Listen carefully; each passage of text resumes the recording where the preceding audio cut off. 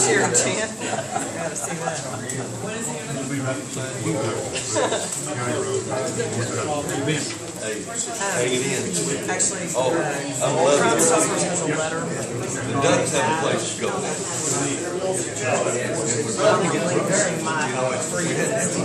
It's all gone to the ground. All right, good morning, everybody. I'd like to welcome you to the Monday, March 9th meeting of the Kaufman County Commissioners meeting.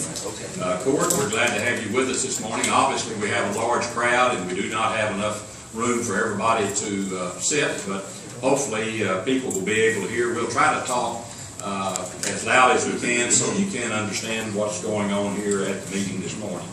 We will begin this morning with an invocation, and then we'll have the pledge of both of our flags, and then we will hear remarks from visitors. There is a sign-in sheet back by the sheriff there, and he will present that for the folks that wish to address the court. And let me just go ahead and by saying this morning, this is a meeting of the court in public. This meeting is in a courtroom. Even though it does not necessarily look like a courtroom, we will expect people to adhere to the regular courtroom procedures that will take place.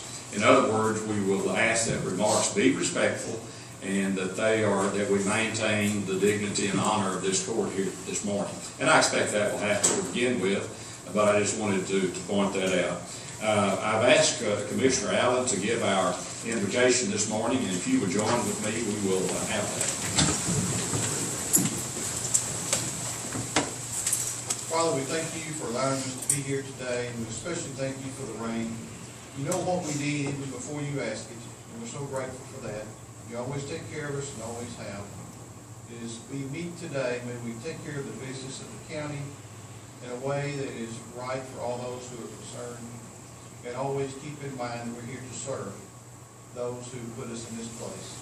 We thank you again for the military, for those who are our first responders, that they protect us when we need it, and you always protect them. Forgive us of our sins, and we thank you again for your Son who died for us. In his name we pray.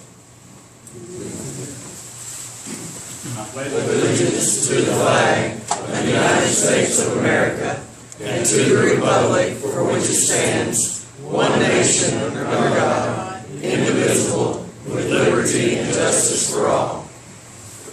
Honor the Texas flag. I pledge allegiance to thee, Texas, one state, under God, one and indivisible.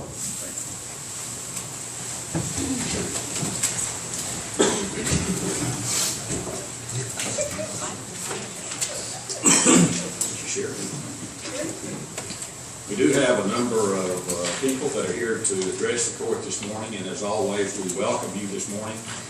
We will have a 3-minute time limit on the opening remarks, and so first I will ask Carol Hawkins from County Road 4006. Ms. Hawkins, thank you for being here. Hawkins, thank you for being here. This way? Yeah, you probably will have to speak up a little bit. A little short here. Yeah. Good morning, Judge Wood and Commissioners. My name is Carol Hawkins. I'm a resident of Gun Barrel City in Harbor Point Subdivision, and I'm also City Council Member Place 3. So I'm not representing the City Council, but I am representing my constituents. And I come to you today to ask for your support in the release of funds for County Road 4006. Many residents of Cedar Creek Lake use that connector road. They have discovered the quality of life at Cedar Creek Lake. and they commute. They commute to Mesquite, Frisco, Garland, Dallas, McKinney, Tyler. They go both ways, and that is a major connector road between 334 Harbor Point Road, 4006, and into Maybank. Similarly, the businesses of Maybank use that road to service their clients on the southwest side of Cedar Creek Lake, and also their clients and customers in Gun Barrel City. We also have several businesses that are on Harbor Point Road, specifically Flying Break and Beauty. It depends on the traffic on that road. And if any of you have driven on that road recently, you will know that you could fall all the way to China in the potholes. They're very deep and they're very dangerous. It is also a connector for people in Gun Barrel City, not only for shopping in Maybank. We also go to church over there, and vice versa. So it is a major connector road. It is also a major connector road for Maybank ISD. The buses go down that road, and it is very dangerous for the buses and for the children. So I would urge you to release the funds so that we can get that road straightened out and traffic can flow smoothly. Thank you very much for your consideration. Thank you for being here. Next will be Larry Miner from the Kaufman Chamber of Commerce. And Larry, I believe you're going to be speaking on behalf of Wendy Thomas and also Ann Glasscock, so we will relinquish their time to you. And so you'll have a total of 9 minutes. Oh, boy. Good morning. If you don't need 9 minutes, that's okay. Good morning, Commissioners. I appreciate your time, and I wanted to speak on behalf of the 911 equipment that's been authorized but not funded. As a leader of the community, just to let you know, I am the general manager of Kaufman Steel Company in Kaufman. As you know, we've gone through tough times. And one thing I did not ever spare any expense on was the employees. Okay? Got a back dog of that company. I think that by not funding the 911 system, we are putting our employees, your employees, our deputies, our citizens at jeopardy. I appreciate every one of your fiduciary commitment to this county. I think y'all done a wonderful job. I think y'all got great interest rate, great deals, but I feel it's imperative that we fund this program. I do realize that I know we all love government mandates, especially the unfunded ones. Now, I do know there was a government mandate to have all digital radio put in place. I know that's been pushed back. But my understanding is this new system will meet that mandate. So we've knocked out 2 birds with 1 stone. So I would ask you to consider that to go ahead and release the funding. The citizens deserve it. You've done a great job in dealing with it. I understand that Mr. Woods has some letters of intent from other communities. You know, sometimes things move slow. I wish we could have the name on the dotted line right now. But with letters of intent, the backing of the community, we feel it's time to go ahead and release the funds and move forward with this project. Thank you. Thank you, Larry. And you were also speaking again on behalf of Wendy Thomas and Ann Glasscock, and I believe y'all relinquished your time to Larry for those comments. Next would be Fred Carter from the Maybank Fire Department. Mr. Carter.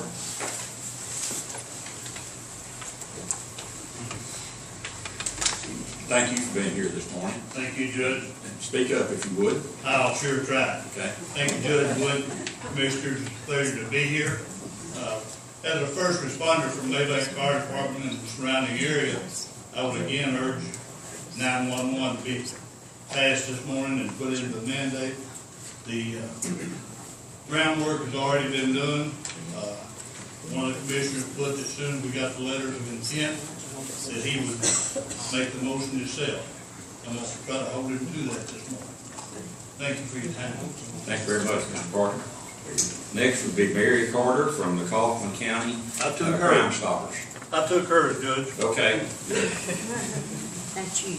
Next will be Gary Whitten with the Kaufman County Crime Stoppers. Mr. Whitten, thank you for being here. I want to thank y'all for your time. I just want to encourage y'all to go ahead with this thing.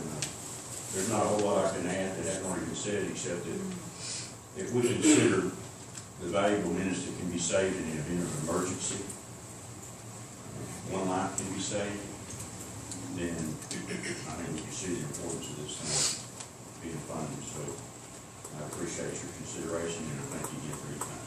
Thank you for being here, sir.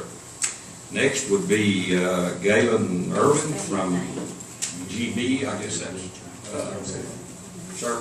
Gun Barrel City. Gun Barrel City, okay. I need to get familiar with it. Thank you for being here.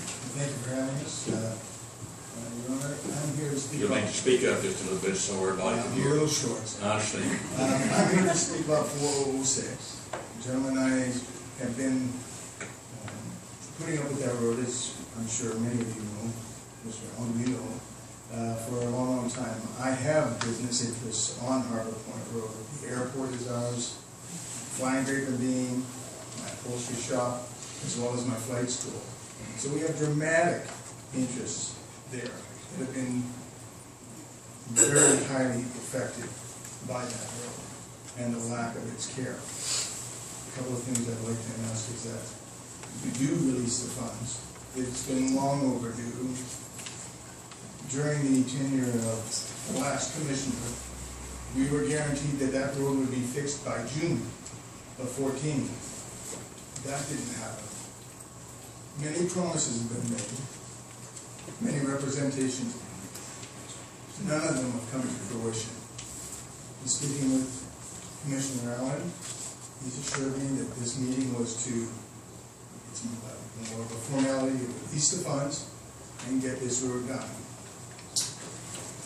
The facts that we have been put on hold for so long because of the inability for the road to be repaired because of inclement weather, all the other reasons don't ring to be true. I'd like a couple of things to be done as possible.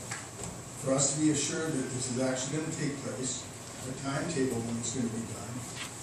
We can't suffer another year like this. It's a 30 to 40% minimum effect on our businesses.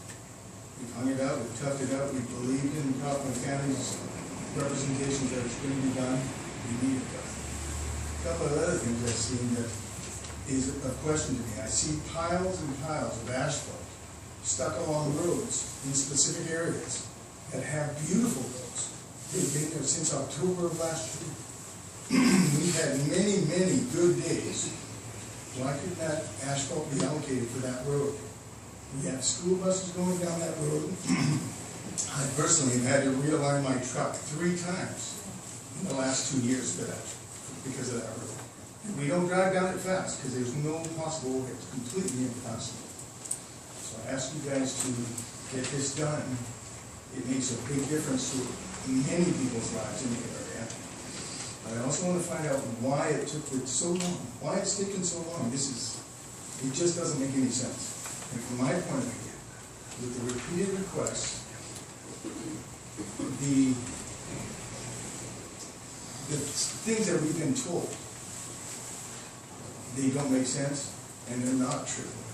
So I want to get to the bottom of why we're told all this stuff and it doesn't ring true and it doesn't end up being done. Thank you for your time. Thank you very much for your comments. Also, we'll have Randy Squill. Yes, sir. Okay, Randy.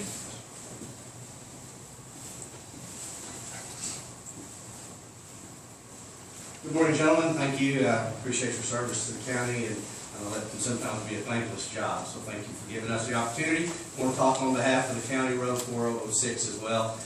My wife and I own a home remodeling business. We've got a couple of jobs going now in Harbor Point. Also own a business in Maybank and immediate past president of Cedar Creek Country Club. I can tell you that a lot of our members, as far as the club is concerned, use that cut through quite often and to get over to us. And I've had people complain about that road for the last 6, 8, 10 months to me as well.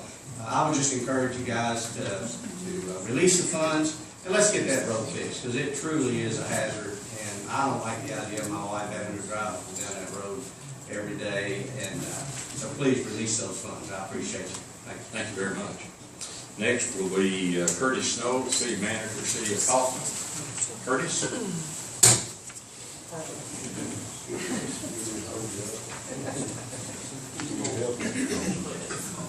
Curtis, you normally don't have to be told to speak up, so I'll tell that. Yeah, actually, the opposite is true, because I have a hearing problem, and people with hearing problems mumble, try to compensate. Good morning, Judge and Commissioners. I'm here to tell you that the City of Kaufman, I speak for the Kaufman City Council, approved a letter of intent to join the 911 program. We urge you to move forward with it. It's a cost-saving idea that will save the citizen of Kaufman considerable amount of money and time, and we totally support it. Thank you very much. Appreciate you being here, Mr. Snow. Next item on the agenda is the routine correspondence. We did receive a very nice letter from Pastor Nancy Singley from the Genesis Center, and I wanted the court to have copies of that. We passed that out. I'll also provide some for the media as well.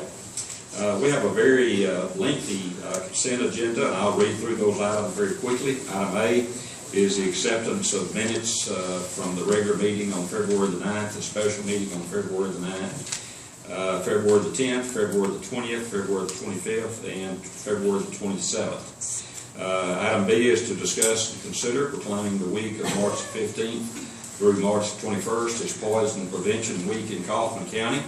Item number C is to discuss and consider reappointing Merv Bell and Mickey Rubal to the Emergency Services District number 6 for 2-year terms. Item D is to discuss and consider reappointing Commissioner Shane and Commissioner Rosalic to the Tax Increment Financing Power Center Board for the City of Terrell. Item E is to acknowledge the Certificate of Course Completion of Open Meetings Act and the Public Information Act for Commissioner Jakey Allen. Item F is to discuss and consider approving the official bond of Daniel Paul Hutchinson, a Deputy Constable in Precinct 1. Item G is to discuss and consider approving the resolution supporting the Clean Fleet Policy and the Clean Fleet Policy from the North Central Texas Council of Governments.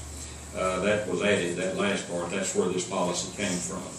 Item H is to discuss the approval of lump sum payment for interlocal cooperative between Kaufman County and the City of Maybank for the County Road 4006 project, the one we've just heard about a little bit.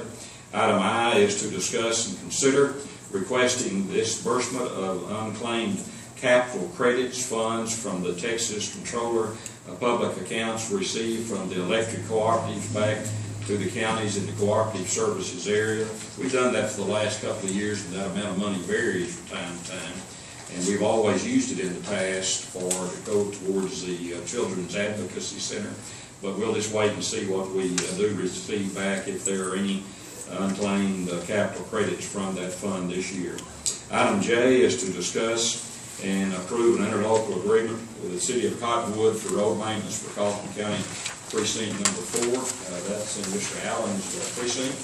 Item K is to discuss and consider amendment of search grant to change road work to be performed on County Road 4017 instead of County Road 4016, Kaufman County Precinct 4.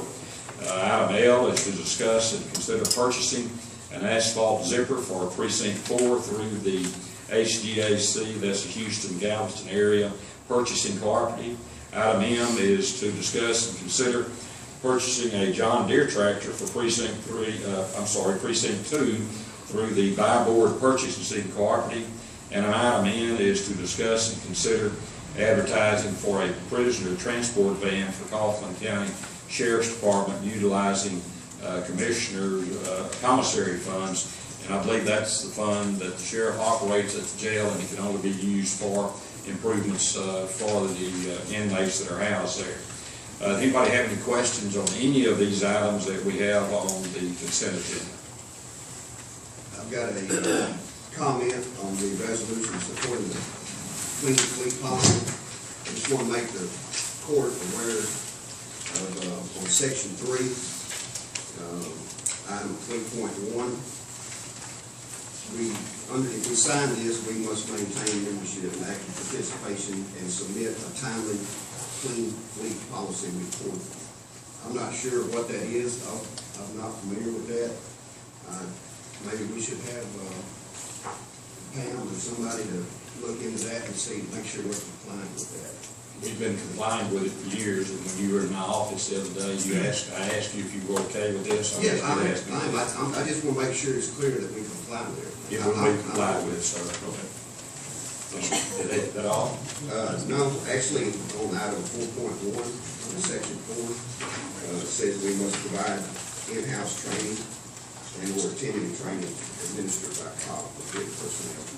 I think we should make sure we have a schedule or something. We will do that. From the, just want to make sure the court knew we were obligated to do that. I will make sure that is followed up on. Okay, very good. Have any other questions on the consent agenda? Now I entertain a motion to accept as printed. Commissioner Phillips makes that motion. Do we have a second? Second. Second from Commissioner Rosali. All in favor say aye. Aye. Those opposed. The next item is to discuss and consider options for financing equipment for the county 911 EOC center, including related radios and mobile and other equipment related thereof. And I've asked our financial advisor and our bond advisor to come this morning at the request of some of the court members, just to make sure that we fully understand what the borrowing of money is involved in with this equipment as we move forward with it. So Mr. Pollen and Mr. Williford, if you would come forward. I believe you have provided the court with some information this morning, and we look forward to hearing what you have to tell us.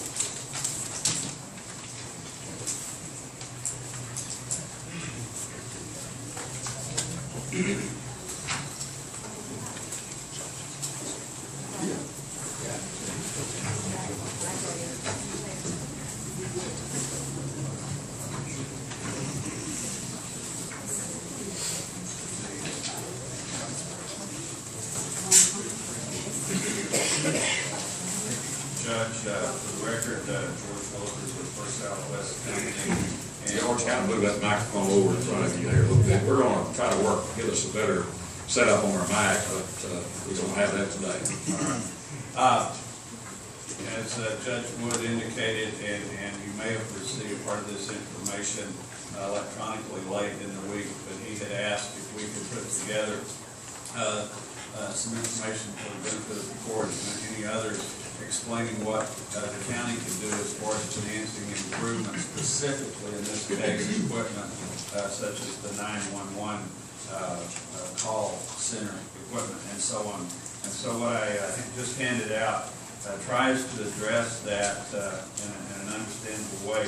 The first page just lists the debt instruments, and by the way, I'm going to defer to Tom Pollen any questions specifically about the legal procedural authority for financing or issuance of any type of debt. He can address as far as the specific legal aspects. But at any rate, what this list are debt instruments that are generally authorized for use and issuance by Texas counties to finance various types of capital improvements. First, there's voter general obligation bonds, certificates of obligation, contractual obligations, which are what are being considered or were originally with regard to the 911 center.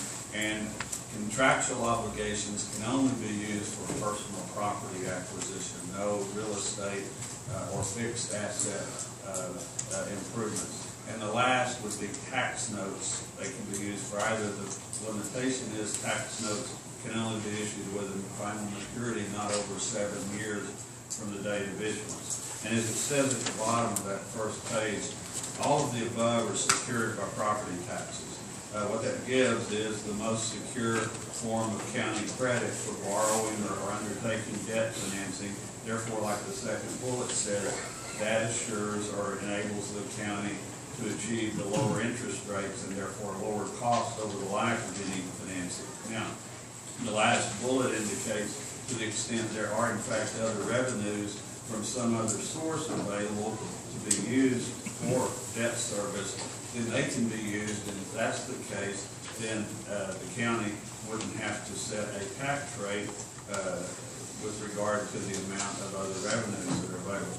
A good analogy would be cities. They finance a lot of things very similar. However, they're not solely relying on property taxes for the bulk of the revenues. And they have separate enterprise funds, water and sewer, for example.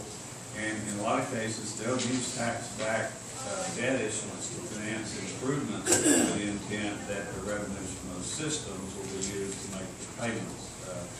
Counties, like I said, don't have as diverse of revenue sources typically, but if there is something coming in aside from taxes that otherwise are not earmarked or whatever, they can be used for debt service. The second page lists another potential type of financing method, and that's lease purchase financing. What we typically see is that that's more commonly used for rolling stock and equipment like that. A lot of it's vendor provided in those cases and so on, but can be used for other types of property, personal property in particular. Sometimes those leases themselves contain the provision that they're secured by property taxes. That just gives the full ability that they know they're going to be paid.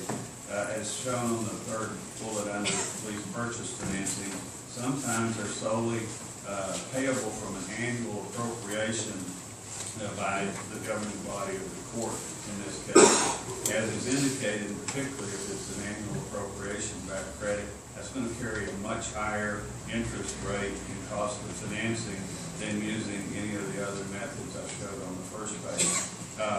What I run into is sometimes governing bodies or some folks may think that, well, if it's an annual appropriation type obligation, that means that if for whatever reason you don't want to fulfill the payment through the full term, you can just fail to appropriate and the deal unwinds literally. Technically and legally, that could be the case, but what you see at the bottom is from a credit standpoint, can be quite damaging. For one, the rating agencies, even if it's not rated by them, if they know an entity fails to appropriate for an obligation, then they will assess the debt and take that into consideration for all the debt they do have rated. And we've seen in a lot of cases where they actually take the rating of that entity down below investment rate, meaning that the in the near future, and even then it'd be at much higher rates. Also, if you've got road equipment vendors or others that are thinking about doing a lease purchase and find out through their due diligence that, well, an entity's failed to appropriate on some other obligation, in all likelihood it creates reluctance on their part to want to enter a similar type arrangement. So it pretty much cancels out financing ability if that's the case. On page 3,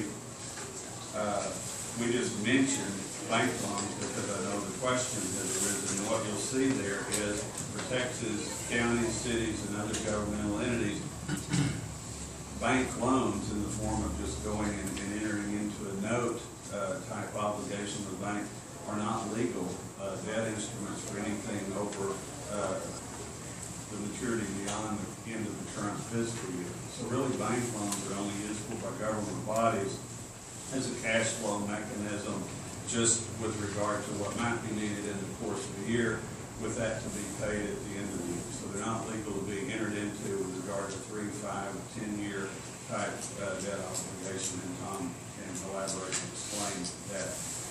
On page 4, really just the conclusions from everything that I tried to explain, that in reality, any kind of obligation that a city, county, commissioner's court on the part of the county enters into is an obligation of the county to be paid in its entirety in full. And then as it says in the middle of the page, again, from a practical standpoint, tax revenues are the primary, if not in a lot of cases, the sole revenue source apart from maybe fines and some other revenues that counties have to rely on. So taxes, property taxes are used for operations as well as debt service. And as indicated, to the extent there are in fact other revenues that are available and might have application toward a project and for the debt associated, then they can be used in lieu of having to set a tax rate. And then at the bottom, going back to the first page that I covered, authorized debt instruments, those four that I went over, secured by property taxes, are really the lowest cost of financing that a county or a city, any governmental body in the state of Texas can enter into. And therefore, when we're asked, or when we're doing evaluation, whatever on the part of someone, as it says, any, in most cases, alternative financing mechanism is not as favorable or doesn't make as much sense from an economic standpoint, therefore it's not really advisable to undertake. The judge asked for some quantitative information, and I'll quickly go through that. On page 5 is the original tabulation of bids from banks that was received to the county to purchase the contractual obligations, and those came in at the end of January with respect to expected court action at the first meeting in February. And as you'll see, American National Bank at a rate of 2.05% was considered the most favorable bid. Now, you can say, well, Bank of Texas was at 2.03. However, when you take into account their total issuance-related costs and the fact that any prepayment was going to be subject to a make-whole or really a penalty, they weren't as favorable as American National. American National was the lowest income cost. The fact that it's prepayable any time after the first year, just at par plus interest, made it the best bid. You see from just an interest rate standpoint, the next most favorable would have been the Bank of America at 2.32, nearly 2.33%. On page 6, with the court not acting in February and not really being able to act until now, it put American National Bank with regard to purchase of the contractual obligations in a situation where the market had moved dramatically. What they did really about 2 or 3 weeks ago is say that they would stand ready to continue to be committed to purchase the contractual obligations. The interest rate will be 20 basis points or 0.2% higher at 2.25%.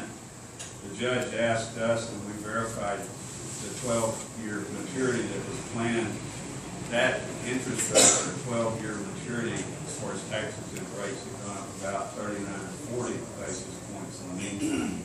So what that means is the bank had literally over-accommodated the county by willing to say we'll only assess half of what the market through that date had moved and be willing to hold it. I was explaining to Tom, I was just on a market call that we have every Monday morning before I walked in this morning, tax exempt, and really the whole interest rate market's continuing to move away. So having the 2.25% rate committed for a 12-year obligation is extremely favorable from our view.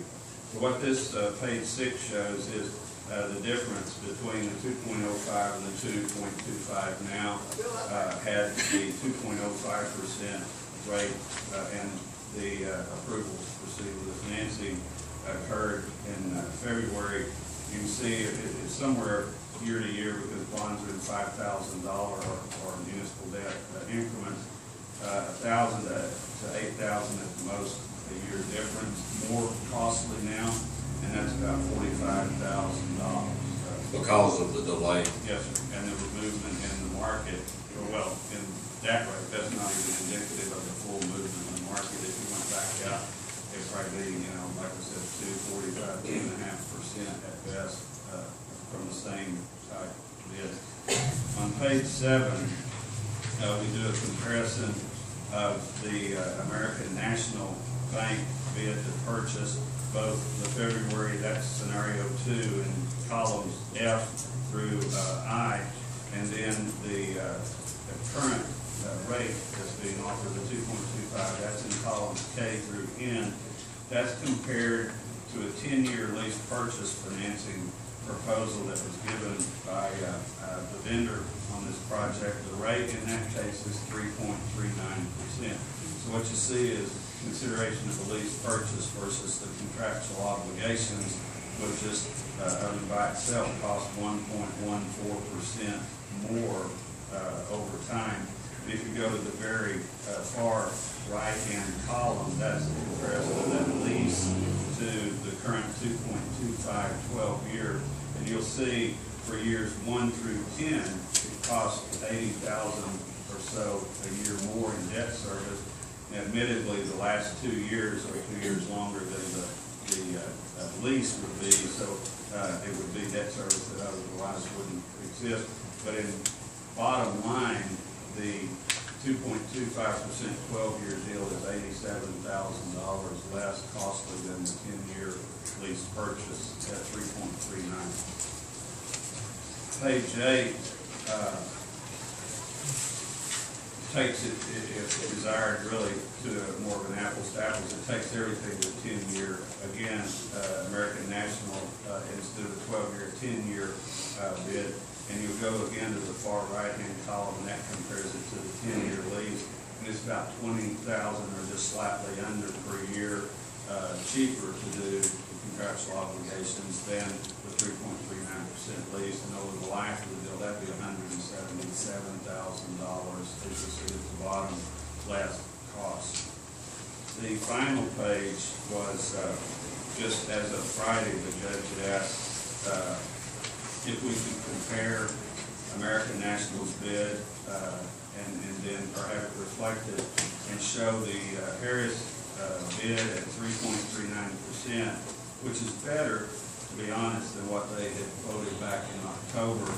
They quoted 3.7 for a 10-year or 3.9 for a 12-year financing, which in that case would be about $50,000 more than their 10-year, or beg your pardon, the 10-year has about 50,000 more debt service, but again, 2 years shorter, so that it's less, 270,000 less than their 12-year deal would have been.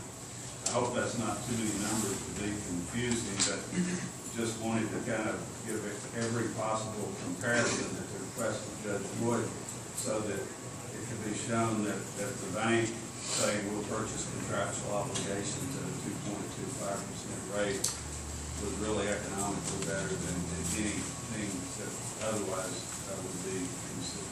And still a better rate than anything else that's out there as far as. Yes, and like I said, they conceded half of what the market had moved as of a couple of weeks ago, and we continue to see interest rates drift a little higher. So it really puts the county, apart from their commitment that's locked in to do it at that rate, at risk that anything, even trying to go back to other banks of the same group, say what you buy it for now, the rate would be substantially higher. Okay. Before you finish, let me ask any of the commissioners, Commissioner Rizali, or do you have any questions about what Mr. Williford just presented? About the financing? No. Okay. Steve, do you have any? No. Okay. Okay. Tom, thank you very much. Tom, you're the, I'm not saying you're old, but you're the resident expert on this. You kind of wrote the textbook on this for counties, and so tell us what your opinion of where we are on this is. Right now, you have before you a proposed contractual obligation. This document, if approved, will be self-effecting, where you will have put into effect, and I will take the documents back to the Attorney General to get approval. The main thing to remember about this contractual obligation, you are pledging the county property tax. You also have a prisoner contract that's generating sufficient revenues that should pay that debt service if you elect to use that. You can't pledge that on this, but you can use that, and if you do that, you will not levy a tax when you do your budget every year. You will appropriate the funds from that contract to use that or some other funds. It's only if you do not have the funds that you would have to levy the tax. You also have a period of 12 years is what has been proposed. We've confirmed that the equipment useful life will extend beyond the financing period. The bank has provided, and we have in the document, that these obligations are callable in whole or in part after the first year. So if you have additional funds after the first year, you can apply it to reduce the debt, or any time thereafter, you can apply and reduce that debt obligation. So you have the best of all worlds from that standpoint. You will have a valid obligation. You've got credit of the county, which has caused you to have the lower interest rate, but you're not, if you are judicious about it, you're not using that credit to make the payment, because you won't have to levy the tax if you use those other revenues. But that is something for you as a court, when you do your budget, you're going to have the discipline to do that, or you have to levy the tax. The situation you're faced now is you've got a proposal, you've got a bid from a vendor. And under the law, before you spend money, you have to have a bid. So you've got a valid bid, you've got a proposal to put this contractual obligation in place, and get it approved, it'll be funded, and because you've got the bid, then you can use it, and as soon as you get the funds to build out your program. You're benefited because you have a local bank, and I've not seen this very often in my practice, but where it is, it's been a local bank that comes in and wants to do the financing at home, and is standing up and saying, we're going to stand on this rate. And so George Williford has told you that it's an excellent rate. I'm not a financial advisor, but I can tell you what I see in other finance that I'm doing, that this is, in my opinion, but the documents are pretty standard, and I'm happy to answer any questions about it if you have anything about the process or anything else. Okay, Commissioner Gonzalez, do you have any questions for Tom? Are we not required to go back to bids since the American National Bank raised their rate? You're talking about the placement of the financing. The state law requires that you bid the equipment. We sell bonds or obligations in various methods. You're doing this under what is called a private placement. In the private placement, you have your financial advisor come to you with what he thinks the best obligation is for you to do. And he's come with that. That satisfies all the requirements of the law. Okay, thank you. Any other questions? No, not related to finance. Commissioner, do you have anything, Steve? As long as we apply the federal contract, then we don't have to do the tax, right? As long as you have the revenues from that, Right. you know, I cannot say how long the contract will go for. Hopefully it'll go for a long, long time, and you'll have a lot of benefit from it. But you are the ones that determine what those revenues you're going to apply to it. That's been our intent since we discussed this 2 weeks ago, I believe, or whenever it was we last met, that because of the excellent contract that the sheriff's office made, it's really worked out beneficial for the county. And as I said at that time, and will continue to say, that there will be no tax increase. And that 2.25% is guaranteed for, if we continue it for the 12 years? Yes. We're not going to. Anything else? Commissioner? I just have a comment. Hopefully, when we do all this, that we'll get the 911 money coming back to our county from the state, where everybody pays 6 cents on their cell phone bill or their home line or whatever. So we can also apply this to this obligation. Yes. Mr. Allen? And I think that he told us the last time he was here, that we set up a different fund, called public safety fund, that money goes to designated for specific items. tax reasons. That's what I fully intended we would do when we adopt the budget. Hopefully, years and years will be paid off. Right.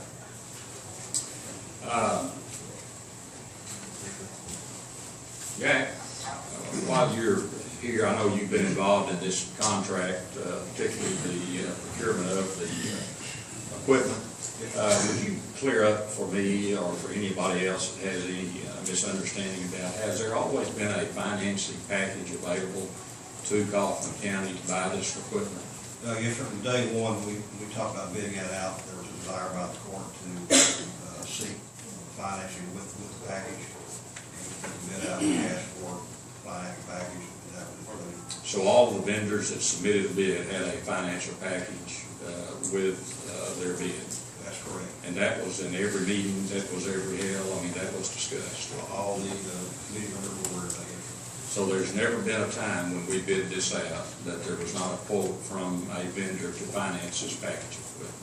That's correct.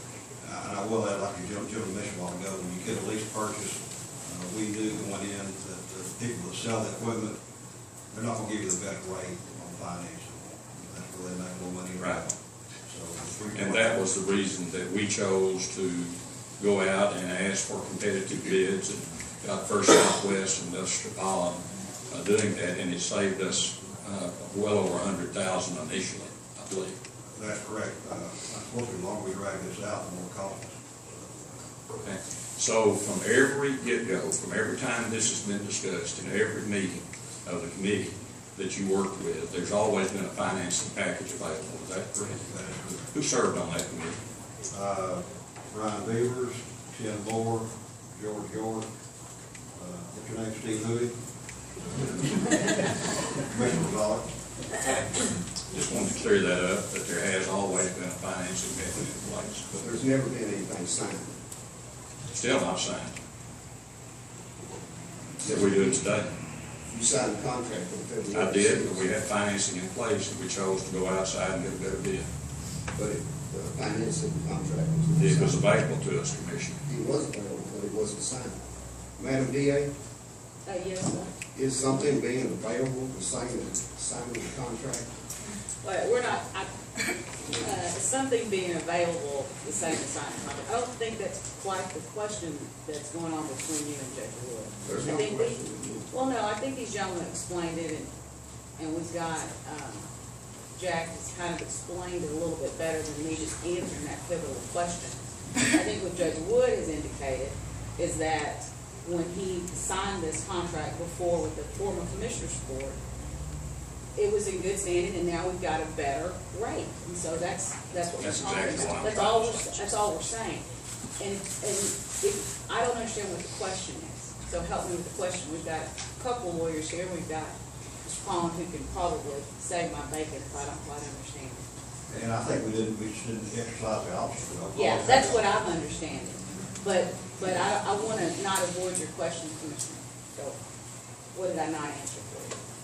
Hey, anybody else have any questions from the court or Judge Wiley? Did you? No, I haven't. I just want to make sure I answered and didn't avoid a question that Commissioner Rosales. Well, according to Mr. Pollen's own handbook here on public finance, 70-something pages, on page 4, it cites the same article of the Constitution. It says, but no debt for any purpose shall ever be incurred in any manner by any city or county unless provision is made at the time of creating the same for levying, collecting sufficient tax to pay the interest thereon and provide at least 2% as a safety fund. And if I understood, Commissioner, and you can help me, Mr. Collins, that there was a debt, in place, but that he just got a better from American National. So I don't think that changes it. Am I missing something, sir? I think we have an issue of the definition of debt. We have constitutional debt, which these contractual obligations will be. The lease purchase is not a debt where there's a tax pledge backing it. It's another obligation. So that 2% does not come into place in a lease purchase obligation. But it is a debt incurred for multiple years.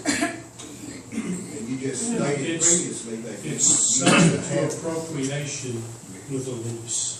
It's a different instrument. It's not viewed as a debt under the Constitution. A lease purchase is not. Not a debt, it's not a constitutional debt. It's an obligation of the county, but it's not subject to a property tax pledge. It's got to be appropriated every year. So that's how that escapes that 2% requirement. Well, I understand the 2%, but going back, Madam DA, to the constitutional article, the basis of that is so you can't obligate a future court to an unfunded contract, is it not? That would be what that would do, and that's why every year you'd have to have that subject to appropriation. And the leasing company's protection would be that if you put this system in place and you decided not to fund it, then all that equipment would be taken out and you wouldn't have a communication system for the county. That's what their debt is. But, okay, my only concern here is that we didn't have anything signed. We didn't have a lease purchase signed, we didn't have CO signed, we had nothing signed when we signed the radio contract. Is that contract still valid, or should we re-sign the contract? I think it's fine. I may be misunderstanding what the point is here. I mean, I think fine. Jack explained. And I like that too, Yeah, kind of related to this. You gentlemen are always, buy a Caterpillar or a John Deere tractor. There's a rate that's offered there in which you can shop it. You get a better I rate. understand that. That's not what I'm asking.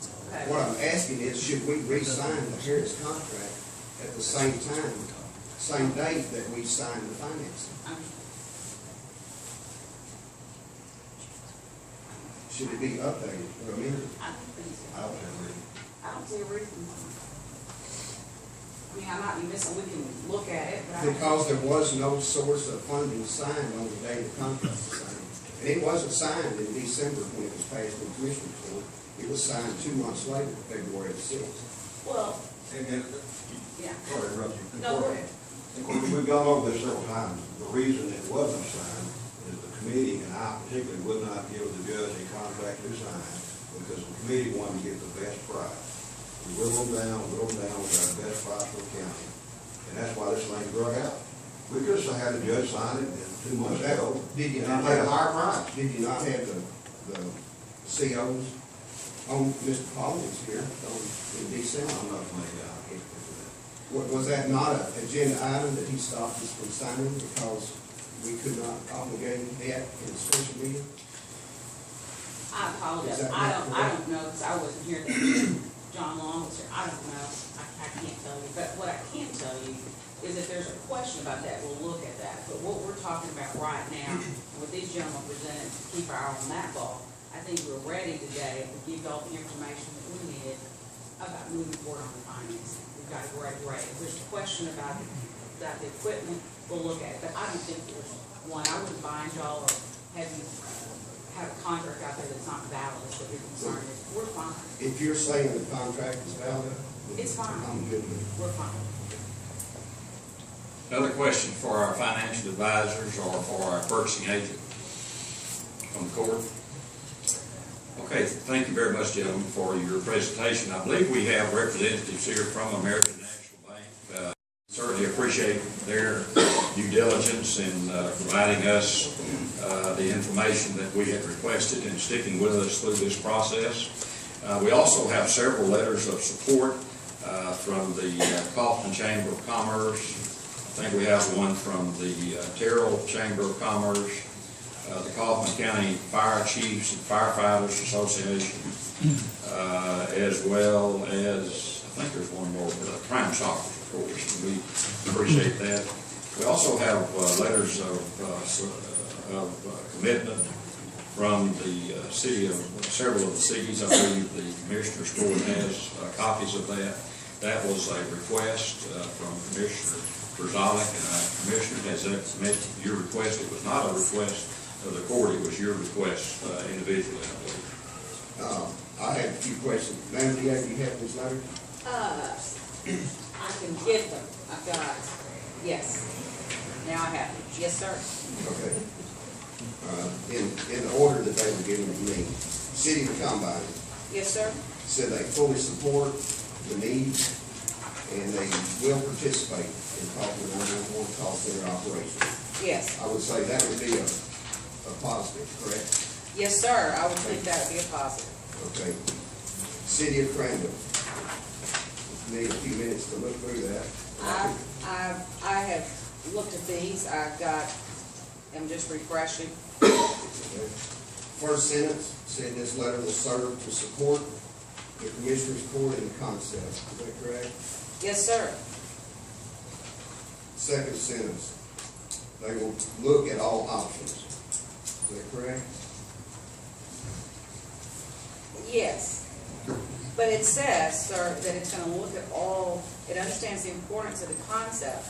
It's looking at all the options presented in the order to make an informed decision. Okay. Last paragraph. Yes. Crandall City Council's expectation is to be included in all discussions. Next sentence. Yeah, but just because they say that, they don't have to be included in all our discussions. Well, I want them to be. That's my intent. Okay, Please, let me continue. Okay. Second sentence. In order to make an informed decision, that would lead me to believe that they haven't made one yet. Would that be a correct assumption? I can't speak to what Mayor Frazier intends, but when a person sends letters and they start out with support, I wouldn't take it at face value and say they're going to support. I don't know what he intended because I haven't spoken to him, so I have to take it that these letters are to show literally what they intend to, which is support. But Commissioner Dodd, I don't know. Have you spoken to Mayor Frazier? No. Okay. Last sentence. With this, I look forward to continuing to understand the governance, professional standard, and accountability of such partnership. Nowhere in this letter do I see we intend to participate and pay our share. Is that correct or incorrect? I think it's a choice of words. I think the topic sentence of this letter is this letter will serve to support the Kaufman County Commissioner's concept of a countywide 911 dispatch center. But I would say, Commissioner Dodd, with respect, if you want to go through each letter, That's fine too. I think that all these letters, when I looked at them, were supportive of it. Well, this one supports the concept. They will look at the options. They expect to be included in the discussions. They want to make an informed decision, and they continue to understand the governance, professional standards, and accountability in such partnership. So, are you saying this is a promise to participate in a monetary way? You know I don't know that. I mean, When I went to Kaufman School with you, we did. The words participate and support had two different meanings. But Commissioner Dodd, I don't want to parse their words. I think. Well, I don't either. I'm trying to clarify a letter. Okay.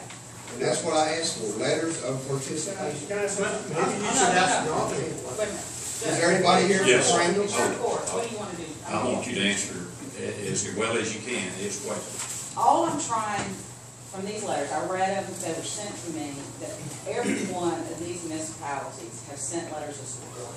A lot of letters are the way people draft.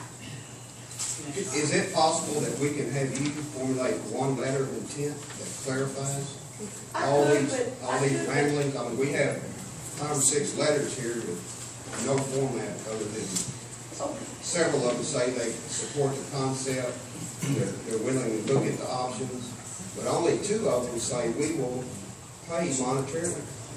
Well, I'll say that is Kemp and Kaufman. I'll say this, if the Commissioner's Court asked me to do that, I would do that. But I think what we're doing is we're moving the goalpost. The last time This goalpost has been in place for 10 months. You asked me a question, Mr. Payne. Yes, ma'am, please. Is it, from my understanding, Mr. Long is here most of the meetings because he handles most of the civil ones. I handle all the criminal.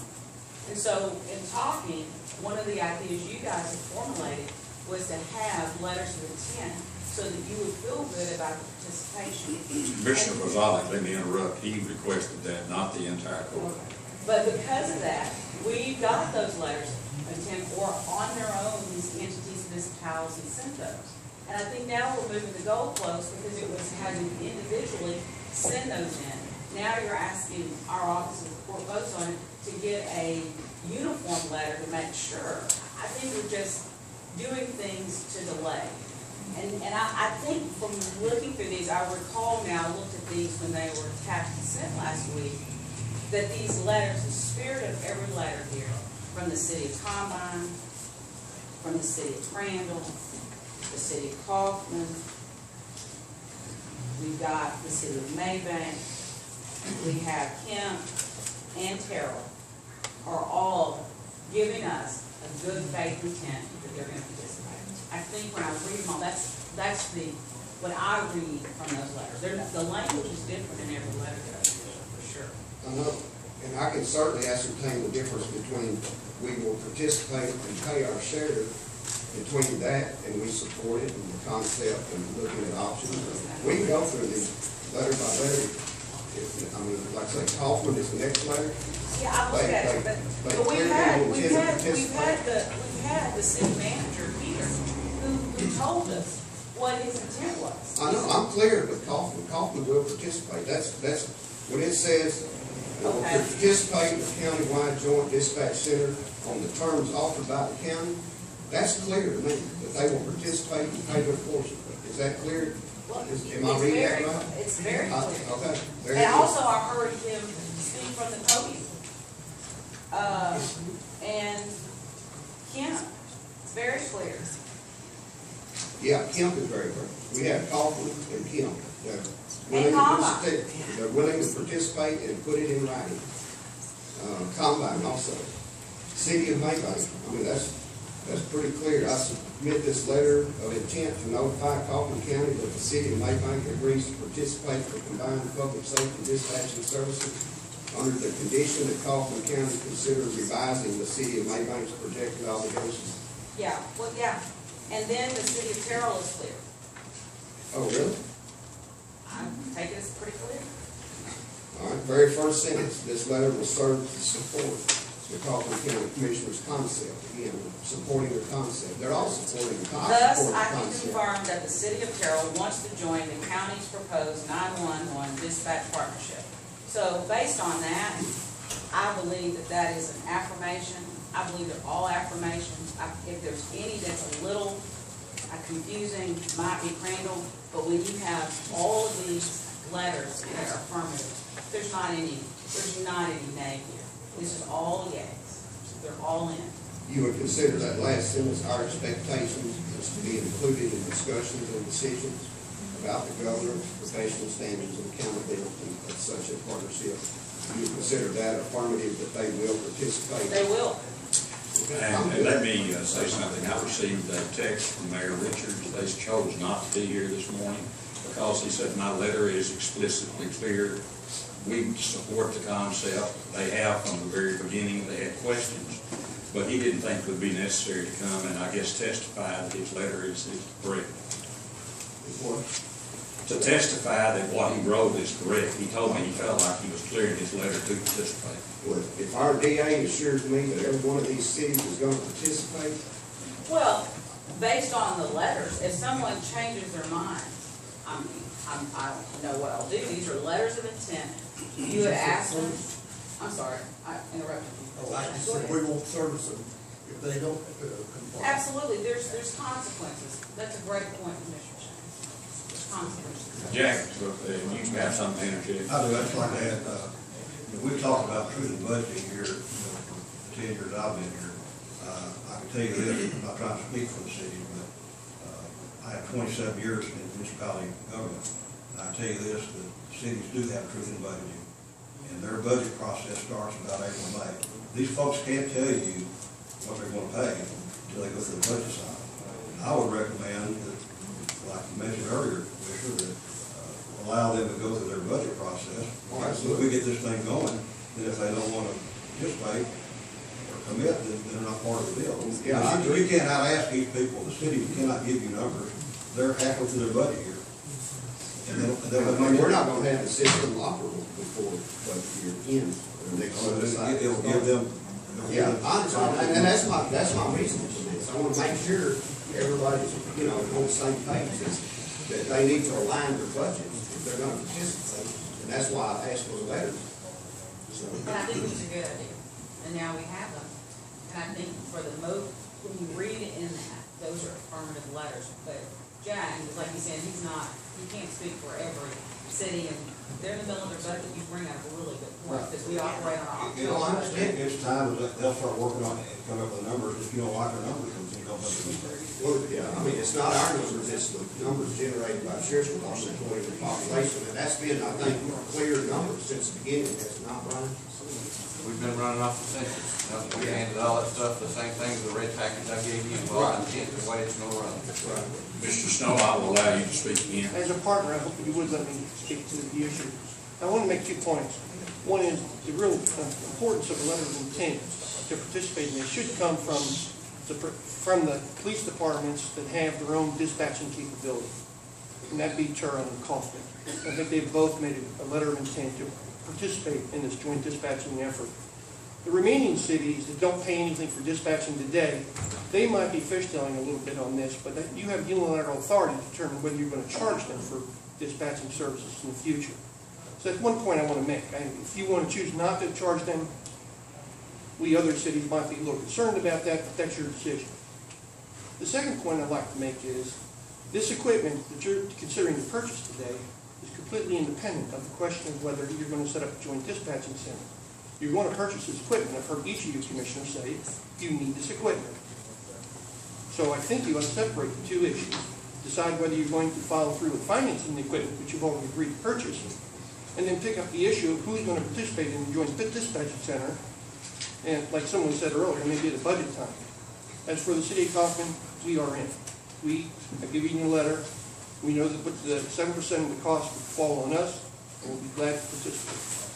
Okay, thank you very much. Let's go to item 4, and that is to discuss and consider and possible action on an order authorizing the issuance and sale of Kaufman County, Texas Public Property Finance Contractual Obligation Series 2015 to fund acquisition of equipment for and related to the county 911 and EOC Center in the approximate amount $3,670,000, and that is the exact language that was presented by Mr. Pollen, the attorney that represents the county.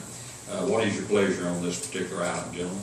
I got one more comment to direct Mr. Snow for me. And I know exactly what you're relating to, the 2 different issues, but the issue for us as being responsible for the county's money is not the equipment. I'm clear that we need it, we have a place to put it and all that. The reason that I'm concerned about the city's participation is not the equipment and all. It's the maintenance, the infrastructure, and the radios. That's clearly a $1.3 million cost for the county for the next 10 years for the ongoing maintenance on the radios and all the software and all the infrastructure. So it's not like you're going to buy the radios and that's going to be the end of the cost. Our cost is going to continue. The cities, they're set at whatever rate that they're set in, whatever percent. And that's my concern. It's not that it's a one-time payment, it's done and it's over with. It's not. It's an ongoing cost. And the city's participation will help offset that. And that's my concern. That we spend this money, the cities don't participate, we dispatch for them anyway, and then our cost as a county goes up almost $1.5 million over the next 2 years. And that's my only concern about the But the reason that the benefit for the city, if I understood, is the numbers to participate, because people work on a business model that's so much more cost effective to participate and a better quality is the reason that we probably are going to have assurances when you send Mr. Snow from a lot of cities as a way of thinking. I understand. And then, like I say, I just want to make it clear that it's not going to be, we purchased equipment and it's done. It's not. Everything's under warranty for 1 year. Half the stuff is under warranty for 2 years. And then, we have a yearly payment anywhere from $457,000 to $631,000 in the 10th year. So that's the ongoing cost of the county. And that's the part that the cities are gonna contribute is not even gonna cover that. So that's my whole point on the participation, that we don't spend $3.5 million and then we continue to spend money on a yearly basis. Because this was started as a cost-saving, life-saving program. And I'm all for that. That's what I'm about, efficiency, cost-effective, and safety. So with that, I make the motion to pass item 4. Okay, we have a motion from Commissioner Brazalik to approve item number 4. Do we have a second? No, I would very much like to second it. The reason I'm seconding it is because we did what I asked the very first time, is to do away with the taxing degree. I didn't want a tax program, I wanted it to a certificate of obligation for the money that we're receiving from the jail. And that's what we're gonna pay for. So I second the motion. Okay, we have a motion seconded by Commissioner Phillips. Do we have any other comments before we vote? I'll ask for, if you'll raise your hands, all in favor say aye. Aye. Those opposed? Motion passes unanimously. Item number 5, discuss and consider advertising for bids for a lease purchase agreement for the acquisition of equipment for and related to the county 911 EO Center in the approximate amount of $3,670,000. I'd entertain a motion to table that. I'll make a motion. Commissioner Phillips makes that motion. To have a second. Commissioner Shane seconds the motion. All in favor say aye. Item number 6, discuss and consider entering into a lease purchase agreement for the acquisition of equipment for and related to the county 911 EOC Center in the approximate amount of $3,670,000. I'd entertain a motion to table that as well. Commissioner Allen, you make the motion. Commissioner Brazalik seconds the motion. Item number 7 is to consider an action on a resolution expressing intent to finance expenditures to be incurred by Kaufman County. Mr. Pollen, if you would come back up and explain a little bit through this, because we do have an outstanding invoice from Harris Communications that needs to be paid, and I believe this resolution will allow us to do that and then reimburse the county. Yes, this is a reimbursement resolution under the law to pay yourself back from obligations. The IRS has a provision, there's a similar state law provision, that if you pass the resolution, anything that would go back 60 days, so anything that you would spend money for, if you've got an obligation that's going to be coming due, it's going to take at least 10 working days to get this through the Attorney General's office. Passing this resolution will let you make any payment that are coming due, and then when you get the money, reimburse your general. Anybody have any questions about this resolution and the purpose of it? Any questions for Mr. Pollen? Now I'd entertain a motion to approve. Commissioner Shane makes that motion. Do we have a second? Commissioner Allen seconds the motion. All in favor say aye. Those opposed. On item 9, 10, I think we could maybe agree perhaps to table both of those. Mr. Phillips, you put those on there. Would that be okay? Okay, we have a motion from Commissioner Phillips to table. I'm sorry. What did I say? You said 9 to 10. Can we skip number 8? Okay. All right, skip number 8. How about combining 8, 9, and 10? Yeah. Tabling all of those items. We have a motion from Commissioner Phillips to table those. We have a second. Commissioner Allen seconds the motion. Any other discussion? All in favor say aye. Those opposed. Item number 11, Sean Mayfield to discuss and present his racial profiling report. I think you have a copy of that, Sean. Thanks for being here this morning. Thank you. Sent us some information, I believe. Anybody have any questions of the constable? Got a good, clean report? No, I'll entertain a motion motion to accept the report from the constable. Commissioner Allen makes that motion, Commissioner Bozalik seconds. All in favor say aye. Those opposed. Item number 12, Pam Carter. Pam, if you're here, you've been working on cats, I think, and maybe have us a little better deal than what we've been experiencing in the past. I believe she has some information that she will pass out to each of us.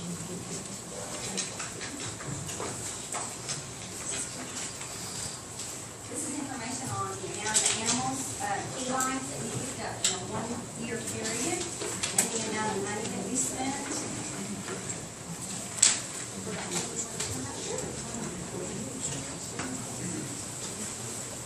Pam and I have worked together on this contract for a few months now. Pam's done an excellent job, and we're happy to bring this to you guys. Lynn Ackerman, she handed it. She's been very thorough. She gets back to us all the time.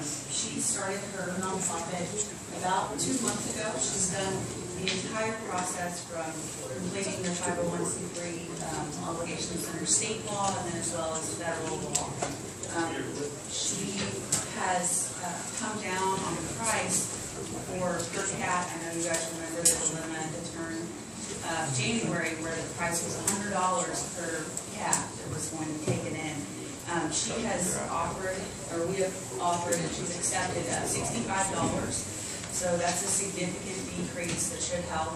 And then as well as we negotiated the kitten price down to $15 versus $100 per kitten, which is what we're getting.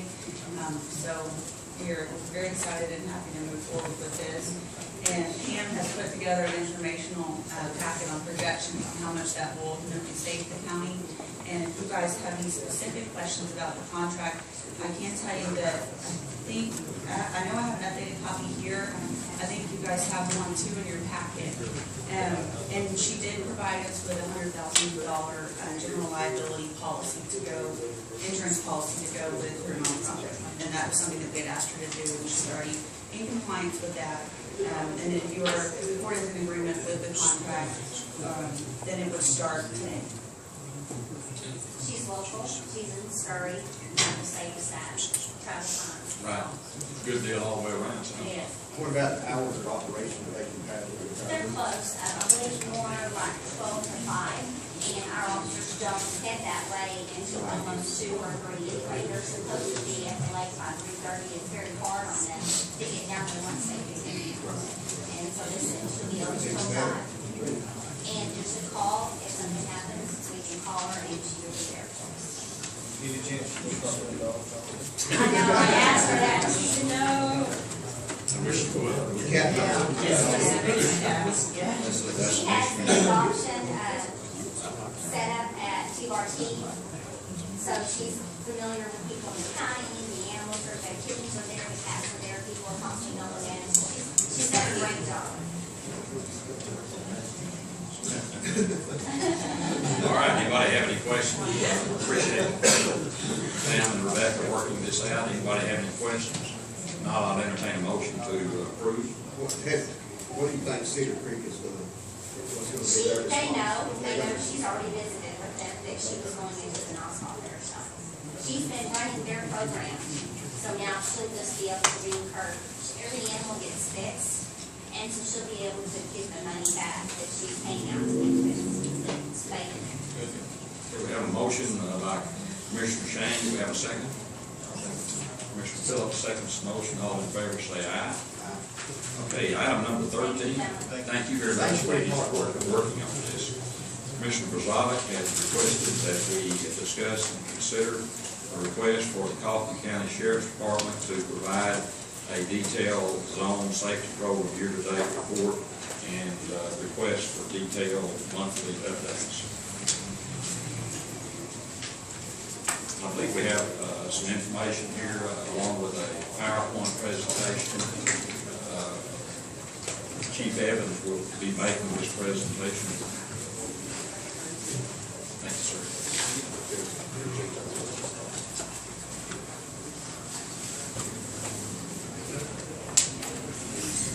You want to do the presentation, the PowerPoint first? I'm gonna go along with the PowerPoint. Okay, all right. Well, I'm going to move over.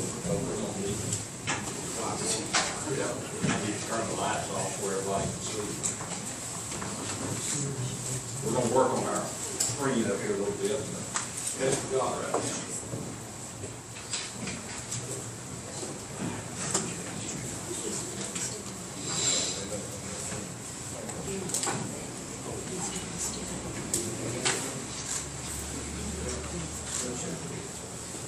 Good morning, Judge, Commissioners. My name is Rodney Evans. Rodney, so be sure to speak up. Worked for the Sheriff's Office and have been for the last going on 20 years. I have been a part of many projects with the Sheriff's Office over the last years. Myself as well as others at the Sheriff's Office believe in this program. We believe it's a good fit. The Sheriff's Office has always been about providing safety and a good public service for the citizens of Kaufman County. This school zone program works, and I believe the statistics will show that.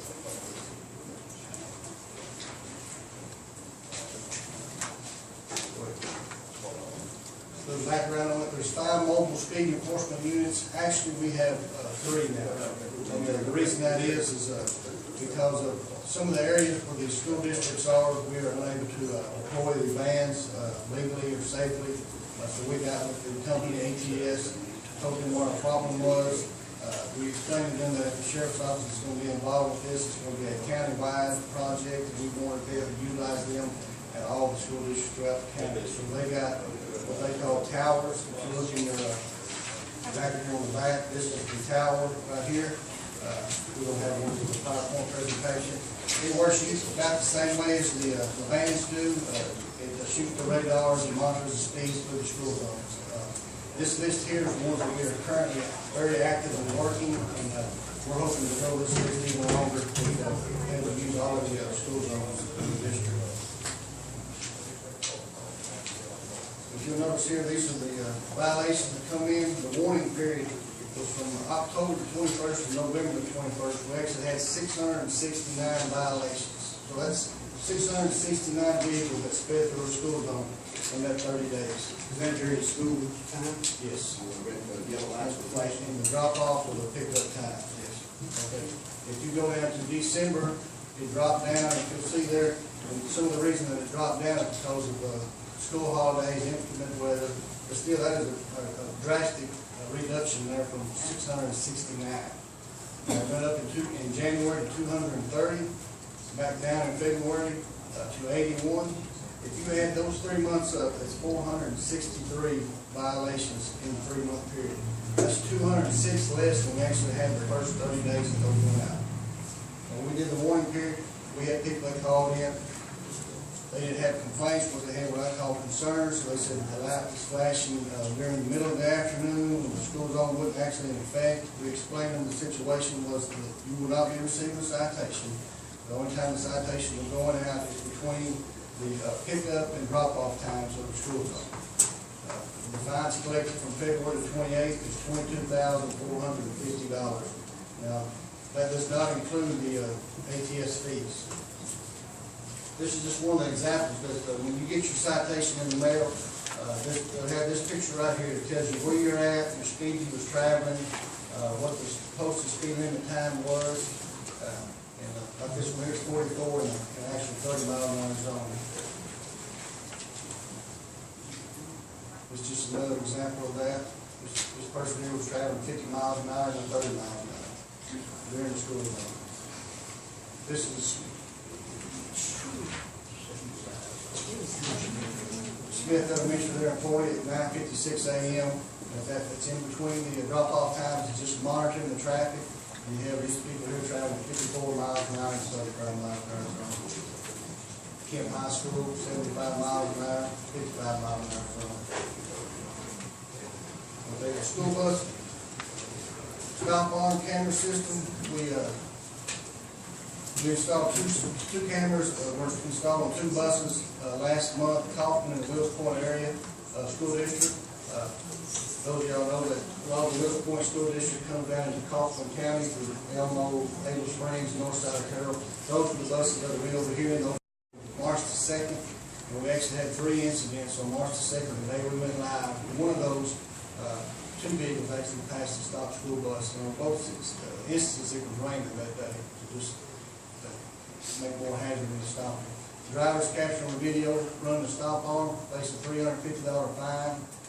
These violations come to the sheriff's office, just like the school zone violations. The deputies review them, they look at them, make sure everything's checked out right, then they send it on.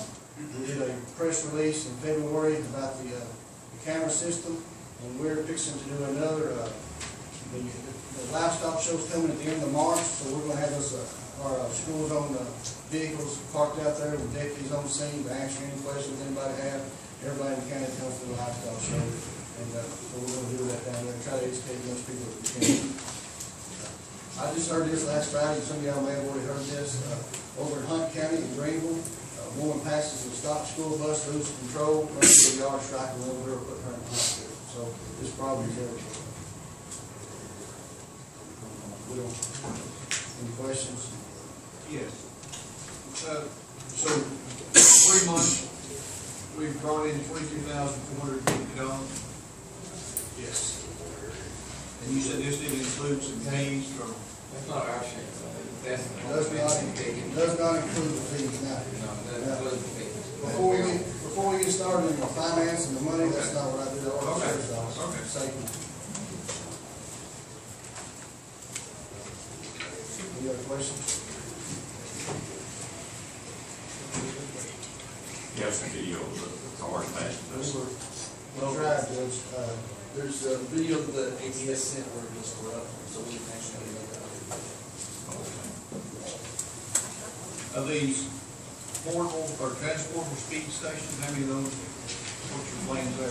we'll get 2 of these. Just 2? And we'll be able to utilize those in the school districts where we cannot park illegally or safely park in their vans. What's that gonna cost? These, Yes, sir. they don't cost us anything. Where they go? Up north, Terrell, Ford area. We supposed to use to do away with the car? The cars don't cost anything either. Do you have any statistics on the man-hours spent putting these cars out? Well, we have 2 deputies that are involved in putting these cars out. They are patrol deputies, just like the rest of the patrol deputies. So they're here, we're paying them 12 hours a day to be out working. The first thing they do is put them out in the morning, the next thing they do is put them up in the evening. So that's 2 deputies, 2 hours a day, roughly. Yeah, To the cars. 2 hours in the morning, I mean, 2 man-hours in the morning, 2 man-hours in the afternoon. No, it takes probably an hour to put out all 3 of them. 1 It hour. takes about 10 minutes to put out the car, actually it's probably less than an hour. I put the car out myself when we first started this, then myself, Captain Klingberg, it takes us about 10 minutes to get it deployed, for set, and take it back to the office. It's safe to say it takes 2 man-hours total per vehicle. Total, yeah. Well, I believe Ms. Hopper is here with ATS. You have maybe some video that were made, I do. recently made, just in the last few weeks here at the office. Yes, this particular video clip that we have actually took place the first day we went live with the crossing guard program. This came from one bus. Keep in mind that we're still processing the footage on our end, and the sheriff's department will be trained this week on how to issue these violations themselves, but I can show you the video clip that you just mentioned.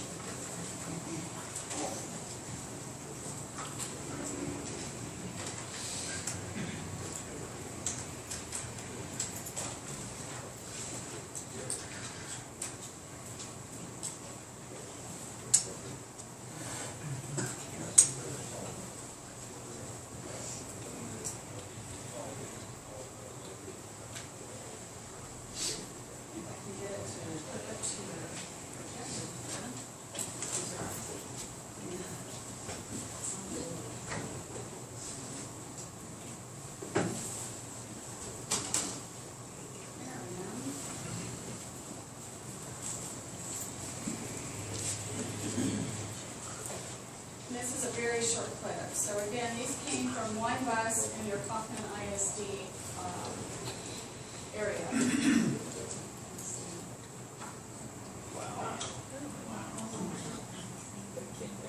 Right there.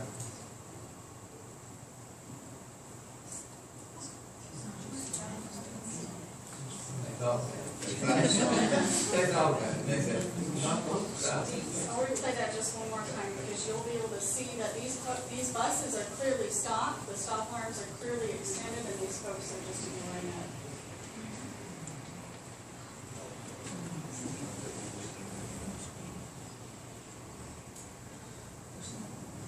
Is that on 34? Yes. 34.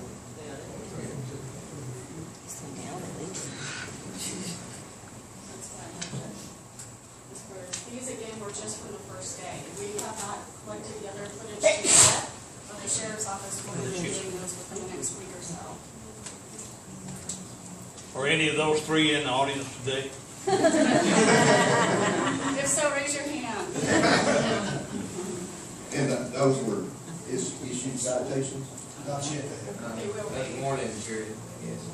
No, they will be. They will be issued. Oh, they would be. They will be issued. No warning? Absolutely. They issued the warning period announcement back in October, and we've been testing it out, and now they're all ready to go. So these folks should be well aware. I think several of the other districts are planning on joining, they've just not They are. got around to it yet. My understanding is I'm not out selling them, that's their responsibility. I think after seeing this video, it's kind of it's something that obviously has to be a And the concern. school district implemented a program of not letting children cross state border anymore. They go out, put all the kids out on one side and they come back. None of them are allowed to cross the highway. They don't get out and come around, come back. Yeah. You've actually had instances where people pass the bus on the right of way. Good grief.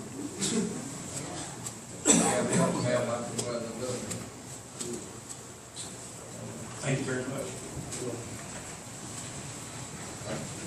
Got a couple more questions, Roger.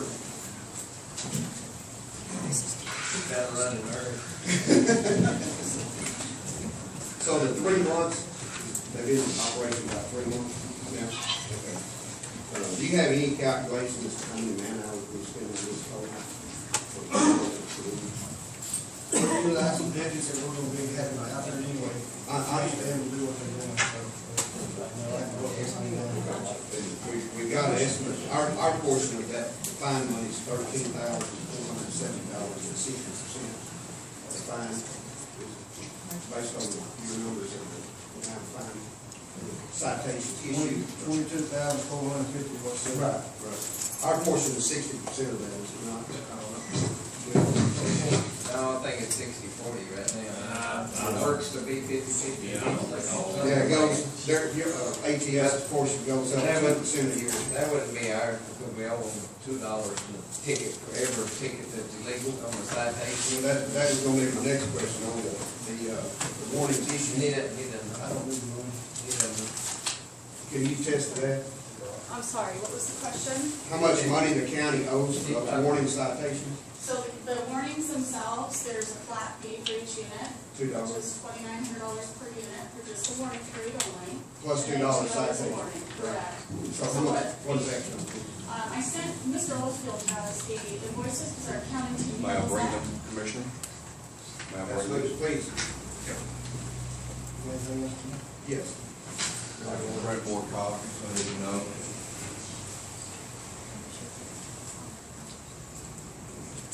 Thank you for the You're very welcome. So our accounting team has finalized the invoices on Friday, so we're able to get the invoices on here. Will we get these every 30 days? Or how often will we send them? Yes, sir. So the way that, as far as the invoices are concerned, our accounting team will send those once a month, and it's usually before the 15th of each month. And because the program itself is what we consider revenue neutral, we will take the fees out of the fines that are collected and transfer the balance into the county's bank account that they've established. So beginning in April, you'll start to see more fines being distributed into the account because the warning fees were a flat one-time fee up front. And then now that we're in the live period, the average fee will be 40% or $50 per fee, whichever is greater. And that's listed in the contract. Okay, so we've netted as a county $13,470 in the 3 months that it's been in operation. we're invoiced here for $15,883 during the warning period, is that correct? So the fines that you collected through February 28th was 22,400, I believe, 50, is that Right, correct? our 60% portion coming to $13,470. You get 40%, Right, so first we right? get the first invoice fee for the warning period, and then they'll invoice for the 40% of the fines. Right, well, that's just for the warning period, and Correct. then the, what it says, 9,275 citations, at 40 cents, what is, No, that's just the 40% of the collected fine, So the 40 that you show on that invoice is 40% of the actual fine revenue, which comes out to the $9,000 range, whatever that's printed on the invoice. oh, okay. 84. Yes. So, 130. we owe ATS $8,430 plus $15,838. That's correct. Correct. Which will not- For that, we received $13,470. I'm not sure where that number's coming from. Well, it's 22,450 Correct. at our, That's for February. at our 60%. Right. Is that right? So the way ATS invoice you, and that's the only portion I can speak on, is again, we'll invoice you for the percentage of the fines that are collected, and then we'll take our fees out of the transfer and transfer the funds into the county. To make it clear, the county will not be issuing any check beyond that, meaning that if there are not enough funds to cover, then that balance will just carry over to the next month. But because you have the one-time warning period fee, that's going to be probably your largest fee up front. And then after that, it'll be either $50 per pay or 40%, whichever is greater. So the monthly revenue will vary, but because the program was just implemented, and because we had holiday break, that's why you'll see the right now, the 22,450 is collected. Again, that's from February 28th. Mr. Oldfield, can you explain this? Maybe, I'm not sure how the program is a little confusing with can you tell us how far we're in the hole at this point with this program? Well, the first invoice, the first invoice, which is invoice number 18949, appears to invoice for 1,338 citations that could have been issued but weren't because it was the grace period. And then the county is being billed for the $2,900 per month per unit usage fee. So that invoice of $15,838 appears to be what ATS is asking the county to pay. Then invoice number 118 or 18,950 is for February, issuing 9,275 citations at 40 cents a citation, 10,600 citations in January, and 1,200 citations in December, all at 40 cents. So it looks like they're asking us to pay the $8,430. The thing that I don't see, and I think it's a follow-up question, is will we receive an invoice similar to 18,949 for succeeding months? I don't know. I think the grace period was from October 21st to November 21st. Judge, do you remember the grace period? No, I don't think we were late getting it started. October 21st, November 21st. Okay, so there, sure, absolutely. So you'll see on the invoices of program revenue. So this is the actual revenue amount collected. Gentlemen, we're looking at invoice 18,950. You'll see where it says program revenue February, $9,275. 40% is the $3,710. Well, these are dollars on the left-hand side over here, not quantity of tickets. That's correct. That's where it So shows. it says citations, but it's actually gross revenue. Okay, Thank you. got it. And And this, I guess, totals the 22,400 that's on your list. 22,400. The 9275 and the 10,600 and the 1,200. Is that that schedule that you emailed me of the 22,140? This one here is what you should, it should agree with the Because what you printed out included a collection, at least one collection from March of 2015. 2015, that original, well, that was the report. So the 22,140 that was on the slide isn't going to reconcile to this because it has a March transaction on it. I would like to conclude this discussion as soon as we can, and if there's issues about the billing, we can get those cleared up. That's really not on the agenda. But perhaps with Commissioner Brazal, I think the auditor should be involved in this. She's the one that will be auditing the bills and paying the bills. And certainly if the treasurer wants to be involved in that, he can. Actually, this is on the agenda. I provide a detailed school zone safety program year-to-date report and request for detailed monthly updates. So this is an agenda item. It's an agenda item to do that. We went ahead and had this other here early, Commissioner, just so you can see it. I personally don't think we ought to direct the sheriff's office to do a monthly invoice or a monthly report. I think if we do that, we ought to do it for every other agency that we regulate here at the Commissioner's Court. Well, the auditor presents one, the tax assessor presents one, anything to do with revenue, I think we should have them. I have no problem doing a report, if they'll give us a parameter, you know, about where we can. What they want. And draw it up, and we can readily get that information. We can work with ATS if we need to generate that some way. But going through bill by bill here, I don't think this is the appropriate place to do that. But if y'all can decide, you know, what parameter you want that, then we'll be glad to present a report, but it's not a problem. Okay, any other questions on item number 13? I make a motion that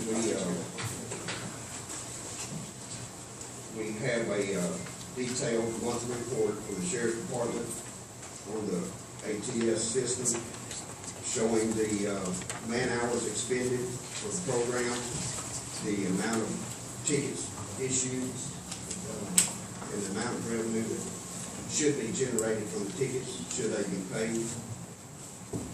And make sure in that we include the daily log that is required by ATS on the vehicle inspection. Make sure we're complying with the contract on the maintenance of the vehicles. I guess this trading, we got different vehicles now than we have. Yes. So that we can, and one more question I've got is the school bus system, are we still bound by that 3/4 of a citation per day mandate, or we will be charged $50? No, sir, if you recall our commissioners meeting where we had our general counsel here, he explained that the Kaufman and the speech program are all encompassing. So the actual minimum that you saw in the contract will not apply. What we asked from the county to do, and that's specified in the contract as well as what we also amended the contract to remove that 160-hour requirement, is that we make sure that the school bus enforcement and the school bands are enforced at for every school operating the school day if possible, depending whether issues possibly arise. Okay, so we're not held to those short months? No, sir, because your school zone speed program is the backstop to your customer program, meaning it's all encompassing because. Yeah, meaning the revenue will come out of the. It'll be all generated out of the same month. But we will be billed if the revenue from the school bus cameras plus the revenue, the mandate from the school cameras, the school zone cameras, don't meet your quota of the school bus violations, we will be billed for that amount? No, sir. We amended the contract. So We how did much the we did 160, we listened at the last commissioner's court meeting with the concerns from the court regarding that 160-hour requirement. that initially founded the county on financial assessments. If the county did not deploy them at those minimum hours, we removed that requirement. Very good. Okay. All right. So we will send. So there's no minimum now, period. No, sir, it's both programs are all encompassing together. What we asked is that the enforcement tools that are provided to the county be enforced, they are used to be enforced to the school zone hours, when school's in session. That's the only mandate. Correct. Very good. That alleviate us from any liability. You put this in form of motion. Form of motion that we request the update from the sheriff department on a monthly basis. Do we have a second of that, for that motion? Which will be due on the first commissioner's court meeting of the month. For the previous month. We have a second from Commissioner Phillips. Do we have any other discussion? All in favor say aye. Aye. Those opposed? Okay, thank you very much. What does not show up on that report would be any potential lives that have been saved or school children. I think we need to talk about that too.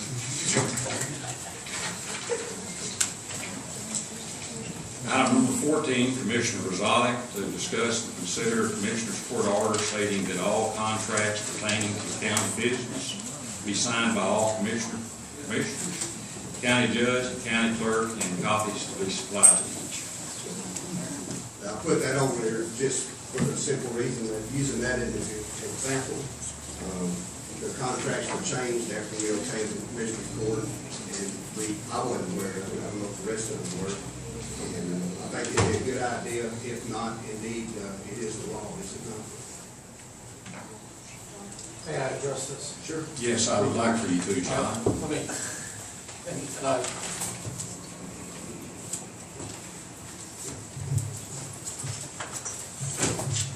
want to tell you very quickly why this is a bad idea, and then a suggestion that I think will take care of your concern. And I'll go ahead and that way. First, the way that the proposal reads, it says the county clerk and the individual commissioners should sign each contract. My first point would be the county clerk signing a contract adds nothing to it. It's completely superfluous. Commissioner's court has the authority to contract with the county, so asking the county clerk to sign it is like asking purchasing agent to sign it or some other person who adds nothing to the contract. The second is the request is overbroad on its face. You say all contracts the county have to be signed. There are certain contracts that can be entered into without the commissioner's court. There's public contracts that the sheriff's office can sign, like the DPS, and so those would need to be excluded. The third point I would make is there's obvious logistical problems to this. Think about it. If there's 5 people that are required to sign it, anytime you have a meeting and someone's not here, or someone votes against it, you have the logistical problem of signing the contract and voting against. If you think about that too, someone could sign it under protest and realize, well, there's still 3 votes for it, there's 1 or 2 against. The concern, I think, and my final point is, you don't know where it begins and where it ends of saying all contracts. Does that mean every time the county wants to contract to buy something, and not knowing where it begins or ends, does that mean if someone calls to buy something for a road and bridge district or DA's office, that contract is somehow covered by this? I feel like, and I have a very short proposal that I think solves this problem. I think that the concern of the commissioner, and perhaps shared by others, is you would like the opportunity to read or to review the contracts before they're executed. If so, then I would suggest an amendment to this and to have the following. All contracts to be signed by the county judge shall first be submitted to the commissioner's court for review and consideration. In fact, you have that, and you would have, from this point forward, something saying for review and consideration. Review and consideration is typically taken, but you would have the opportunity to bring it up at future meetings to discuss it in an open session. For example, Rockwall County has on their agenda a check mark to indicate whether or not contracts have been reviewed by the DA's office.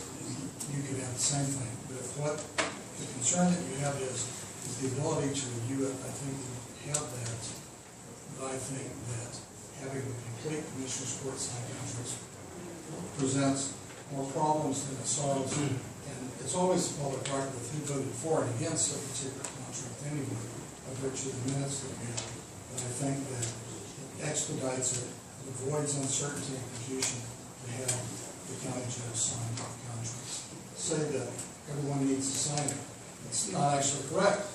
People need to vote for it. Only 3 people need to be here for a quorum of the court. So technically, 2 people of the 3 could vote for a county contract. That hasn't happened in the time that I've been here. I think we've always had at least 4 people that need it. But in any event, I don't think this is a wise idea. If the concern of the commissioner, and I understand that, is the ability to read it, I think that you can pass that as a separate motion and you can get what you want, which is the ability to read before the execution. I'd like to amend my agenda item to read, discuss, consider Commissioner's Court order stating that all contracts that must be passed by Commissioner's Court be signed by a quorum of the Commissioner's Court, county judge, and the county clerk presented a copy, and all copies be supplied to each. Because anything passed in the Commissioner's Court, the county clerk has to register anyway, right? For public record, as she signs every stamp, is that not true, Laura? Once I receive them for me to sign. I don't receive all of them to sign. Isn't it a mandate that you receive the contracts to enter in the public record? We attest to the approval of what the action of the court. They're out. We got it. You're not saying that there's contracts that you don't. If I receive a contract and it has a place for me to sign it, I sign it. But we take all the contracts, we're supposed to receive all the contracts and record them for the public. That's what I'm saying, you're supposed to receive the contracts and stamp them as part of the public record, right? That has not been happening. It takes us a while to get some of them we never receive. Okay. Pardon, I didn't understand what you said. I said we don't receive all the contracts. There are instances where we don't have the contracts. Have you asked for them and not been given them, or is it just an oversight, or what?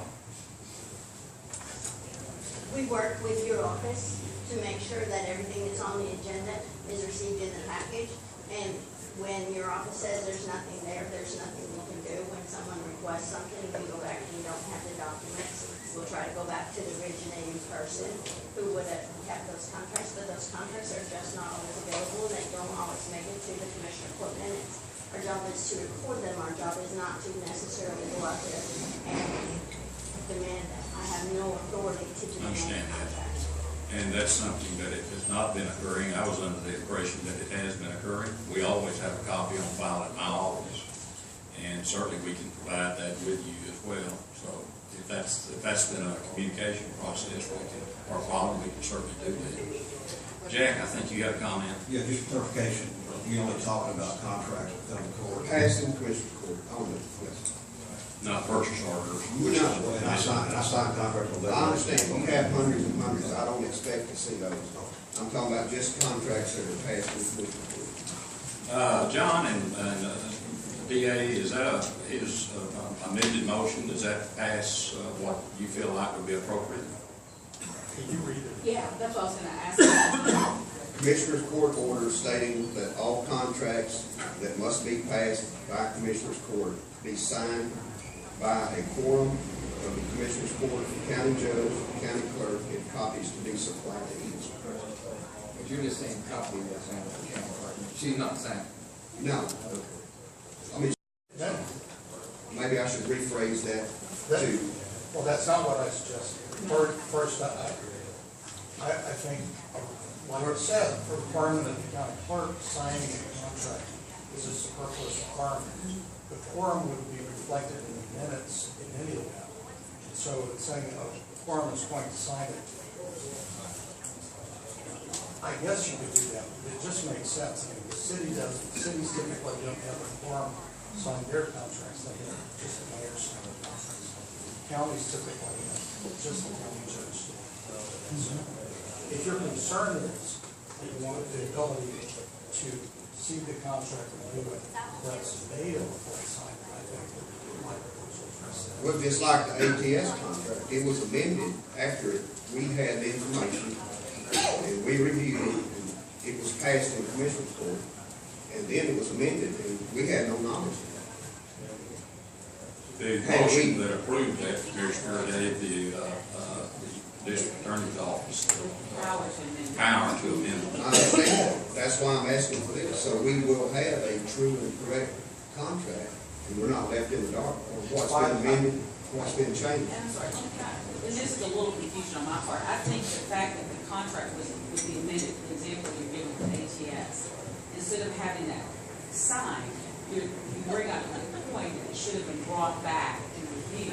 I think what John is saying, that makes, not saying that your other idea doesn't make sense, but to us, knowing that you want to be efficient and be streamlined, you're putting something in more cumbersome. Having amended or the original contract or any contract attached would be really great to any agenda item that you can see it every time. In fact, if somebody doesn't attach the contract, it should be tabled, would be my suggestion, because it should be a requirement. Just like a memo, a brief memo, so it's easier for you guys. You have hundreds of items hitting you. What John is saying is the actual execution of the document. Why would you encumber yourself by having the people that by the minutes have already approved, who's approved the three, the two that don't? I mean, it doesn't matter to us if the three that have approved it and then the judge signs it. There's no reason to have the county clerk sign it. We agree to that. But the three is what your motion is asking for the three, and then for the, and that includes the judge and the judge.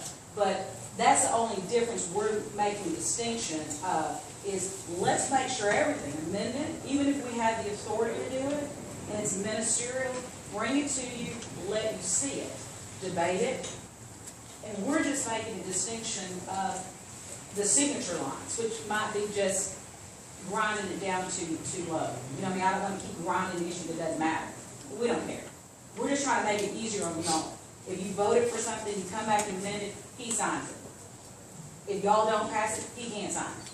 So that's all we're saying. So you're saying that we would have to revote on the contract after it was amended? Well, let's take the example you're giving me, the amendment. You would go review if you didn't have a majority that approved it.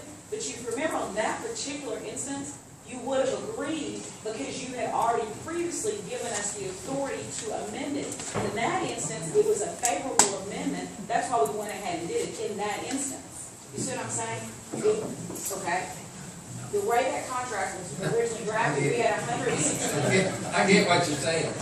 Well, he doesn't. Wait, I know it, but I mean, when we amended it, it was more favorable for the county's position in that contract. So we amended it because you had already voted in a previous commissioner's court to give the DA the authority to amend. So we were acting within your court order to amend it, particularly if it was more favorable to the county, in this case with the commissioner's court order. Did that help? Yes, yeah. And that's what happened in that ATS instance that you're referring to. They made it more favorable to us by removing the quotas. Which you had already suggested and given us the authority in that order, or we wouldn't have had the authority to do that. Right. But your more particular question is, I want to know, and things happen from week to week or month to month, please attach the contract so we can review. Even if this would have been ministerial and said, this is how it is amended. Everybody got a copy of it? Any objections? Okay, moving on.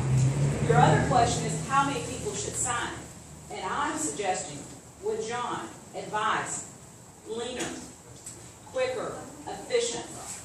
If you want to be more cumbersome and have the people that approved it, the 3 out of the 5, that's y'all's call. But he's just telling you that's different than what he recommended. That's all. I understand. Most of the contracts that I sign only have one place to sign, and it typically will state the chief executive officer or county judge. And, I mean, we can do this, but I would prefer, Commissioner, that we follow the advice. Let's table this perhaps, and if we need to come back and discuss it. I want to settle it down. If the court doesn't think that's necessary, that's fine. That's fine. I mean, can I add something, one thing? After all this, is it possible that instead of signing a contract necessarily, that the contract be in the commissioner's court document. In other words, instead of saying, well, let's do whatever, let's do a contract with these people, and then that's the end of it, we send it off, we never see the contract. That's what we're saying. And that, just, the contract needs to come to court before we vote on it. And I'm even saying that if the contract is not attached to the agenda item, that you table it. That's what we're saying. We agree with your position totally. Yeah. Because information's power, if you see it, then you know, then that ministerial active judge would sign, and he's just sitting there signing orders after the court's over. If there needs to be a change, we'll of course make it if there's some clerical error. But we're just telling you, you guys have a lot of business you attend to. And when people, but you have to understand, people are going to then be upset when you create a rule and you want the contracts attached and they're not. You see, because we haven't always operated that way. So you got to remember, when you make a rule, the detriment of that rule will be that in some instances, people will feel like it's going to slow down the process. So that's all that I've got to say. I won't add anymore. Well, I mean, today we brought the contract with the bank. I think we brought most of the contracts. I'm happy if I see the contract. Well, I think we do that. I mean, I cannot remember a contract that we brought to you that you didn't ask you, that you didn't have a copy of. Since if we amended it, it should Is come that back. true, Angie? I mean, can you remember any? Once it's amended, as long as we get a copy of it submitted, then go down the road. I don't want to sign anything once it's amended. I think it will make us look strange. strange. We can certainly provide the copies, just like we've been doing, and I think the idea of having the amended copy, so you would know, we can do that as well. But the motion would gave the district attorney's office the authority to, and just like it did with Jack, on the purchasing of radio equipment, gave them to work out the very best deal they could, and they did. And then they brought it, and I signed it, and we should have responded back that you had a copy of it. That's my response. We'll make sure that happens in the future. Well, I'm good as long as we are privy to the contracts and the amendments, so we know what we have. Whether it's email version of it or whatever. And we'll certainly make sure that the district county clerk receives a copy of it as well. Any other comments? Commissioner, you have that on the motion, I believe? I do. Do you want to amend the motion after we have this discussion? I amend the motion to the point that the county clerk is not required to sign the contract. Commissioner's Court order stating that all contracts that must be passed by Commissioner's Court to be signed by a quorum of Commissioner's Court, county judge, and copies to be supplied to each. So your motion? And the county clerk. So your motion is just to go back to the way you have it? Yes, and I mean, we can vote against it, that's fine, and then we can take it, that's my motion. Okay, we have a second to that motion. Do we have a second? Do we have a second? Motion fails for a second. We'll move on to item number, where are we, 15? Discuss, and this was by Commissioner Rosales, discuss and consider setting a date for a workshop to discuss creation and oversight policy for the 911 Regional Dispatch Center and Governance Board. Yes, sir, my recommendation, after talking to several of the city's representatives, is they're concerned about the governance of this dispatch center, and I think most of them are under the impression or of the will that we have a separate entity and not be under the control of the sheriff department, and we make it its own entity or combine it with another department. And I'm proposing to put it under the heading of the emergency management coordinator, since he is in the building. He can be the oversight. We'll keep all the dispatchers that are there. We will keep Mr. Moore ahead on the head of the dispatcher. And I think we should have a workshop to discuss that with representatives from all the cities attending.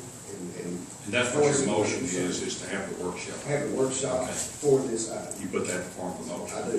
Okay, we have a motion from Commissioner Rosales. Do we have a second?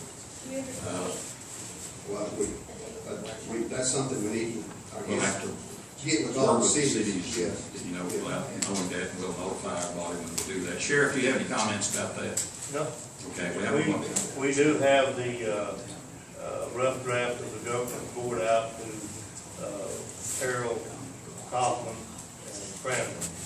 The small agencies were supposedly the fire department, and the small agencies will have a, elected member on that, and the permanent members will be the, Harold, Kaufman, and the representative of the sheriff's office. I believe the district attorney's office has been working on that as well. Rebecca? Yes, Your Honor, that's correct. Okay. Yeah. Yeah, Sheriff, do you have anybody that's, that you know of in the Metroplex or one of the agencies around that has done something like this, that you probably can maybe ask for guidance on this? Yes, we've looked at those, and we've got a lot of information on it, yes. There's one in Hollyville, there's one on Cedarville. I believe I read where Garland and Mesquite are trying to do the same thing, much larger than I think as well. And then we have utilized that, we haven't reinvented the wheel. Okay. We have a motion, second on the floor, all in favor say aye. Those opposed? I didn't hear it. Item number 16 is also from Commissioner Brzalik to discuss and consider authorizing the district attorney to create an agreement or letter of intent to use to document local cities' participation in the 911 Regional Dispatch Center. This goes back to our previous discussion. I think we should have one uniform letter that at this point, once we have the discussion with the cities on this workshop, if they agree to the governor's board and all the regulations and stipulations involved in that, that they can sign this letter of intent. That'll be a valid letter formulated by our district attorney's office that will be uniform, so every city signs the same document. Could that also be in the governance? Agreement or letter, so if you have a contract, that'd be the same thing, agreement or contract. If they agree to it, they're gonna enter into a contract. We're talking about local agreement, right, Commissioner? Yes, sir. Okay. So if they agree with that, Government and local agreement, two different things. Yes, I prefer they sign an agreement, but at the very least, you know, it may take a while to iron out the actual contracts unless you have a very good format. Well, and I think we need to remember is every one of these cities has legal representation. Exactly, that's what I'm saying, that's why I say. It's gonna be a trick getting all of them together and That's why I'm suggesting at least a uniform letter of intent until we can get the agreements finalized, because I understand this may take. Well, I think the DA's office is already working on that. Yeah. Right, the thing is, Sheriff, what we had said before is that they all sent in, as you heard us talk about, different letters of intent. They're all over the place. And they're a little all over the place, but we will surely, if that's what the Commissioners Court votes to do, we can work with them for something uniform, have a good faith belief that they're entering into this agreement. I do already based on what I've read, a good faith belief. But we'll do that if you want us to. So you think it is a good idea to do? I don't think it's a good idea, but I mean, I'll do it if y'all want us to. I mean, they've already given letters of intent. We really want interlocal agreement. But it's kind of like we're going back and saying, well, we really didn't trust your first letter of intent. So, Yeah, I mean, I'm just telling you, you asked me would I do it with the question. I listened to the question, and the answer is I would do it. Now you're asking, is it a good idea? I mean, we're not trying to be country. That horse is already out of the barn. We got it done. So now we got to get them in contract negotiations and get it down. to do the governance issue. Yeah, Well, we're the beyond. contract's gonna cover. Well, we need a local agreement with everybody. Yes. We're gonna have to operate on their local agreement. Yeah, he said the letter of intent, that's what he Oh. said. Well, he says in here, agreement or letter. So if we do disagreement, then I think We want it, we want it. Yeah, but you can't, do you think you'll have the agreement ratified in a short period of time? We still have a lot of numbers to give these cities. Pardon? We still have a lot of numbers these cities don't have. Well, that makes his point, is why he's saying he wants his letter. That's why I'd like a uniform letter of intent. I'm not accusing anybody of everything. Madam DA agreed with me earlier about the different meaning of the words, you know, and that's what we have. We have letters all over the place. I just think we're reinventing the wheel again here. Well, I don't think so. My opinion is that we've got letters that are not uniform and not very specific for some of the cities. And if they intend to participate, I would like to see them sign one uniform letter saying that. Even though you made the motion to approve the earlier, you still feel like you need this as backup. If our DA thinks that we don't need signatures on any type of letter, then I don't either, but it's up to her. Goodness, may be my only chance. Commissioner Dodd, in all seriousness, we want to enter into, you guys have done a tremendous service, all joking aside, to the citizens of the county today, for the safety, and you took a big step, because there's a lot of money involved, and I just appreciate the vote on behalf of law enforcement, and so I appreciate that. And I think the individual cities are going to see the wisdom, and they've already given, and I agree with you, in a very hopscotch, inarticulate, they meant to be, but not that decisive language. But I think to go back to them, since we're going to be dealing with them, may seem like we're giving them the back of the hand. So let's move forward and then be in negotiations with them. If they start proposition crawdadnons, we're going to have a problem, but we'll deal with that. Because y'all have taken an agony step of finishing this and getting this done. So for them to do us wrong in this would be sort of wishy-washy letter to a couple of people. That's going to look not favorable on them. Well, to be clear, when I put this agenda item on here, we didn't have any letters. You're absolutely correct. And you and I spoke at some event casually, and I think the message, your concern, has resonated, and in a response, it has come back. So what you do here as a commissioners group does get to the community. And by the same token, it's getting there that y'all have now approved this. And so I think there will be a good dialogue as we move toward the next step, which is the interlocal agreement. So to answer your question, we don't need to go back and say, you really need this. I think we need to go forward. Well, like I say, to be clear, when I put this agenda item on, Yes, sir. I had no letter, so I'd like to amend my motion to read this, authorizing the district attorney to create an agreement, interlocal agreement. Yes, sir. To be used to document local city participation in the 911 emergency dispatch center. I like the motion. We have a I'll motion second that. from Commissioner Gonzalez, and a second from Commissioner Phillips. Any other discussion? All in favor say aye. Aye. All right, we're going to do one more item. I know everybody's tired of sitting, but let's go ahead and do number 17. This was placed on the agenda by Commissioner Shane. Consider approving appointments to the North Central Texas Housing Finance Board. I hope, Wayne, that, I know Ray is up to, one night, to speak close to the board. Okay. Replacing Greg Logan. Yeah, Ray. Are you agreeable with that? Steve? Do you know what it is? All right, we have a motion from Commissioner Shane, a second by Commissioner Gonzalez, to appoint Steve Phillips to replace Ray Clark on the North Central Texas Housing Finance Board. All in favor say aye. Aye. Those opposed. Let's take a break and we'll come back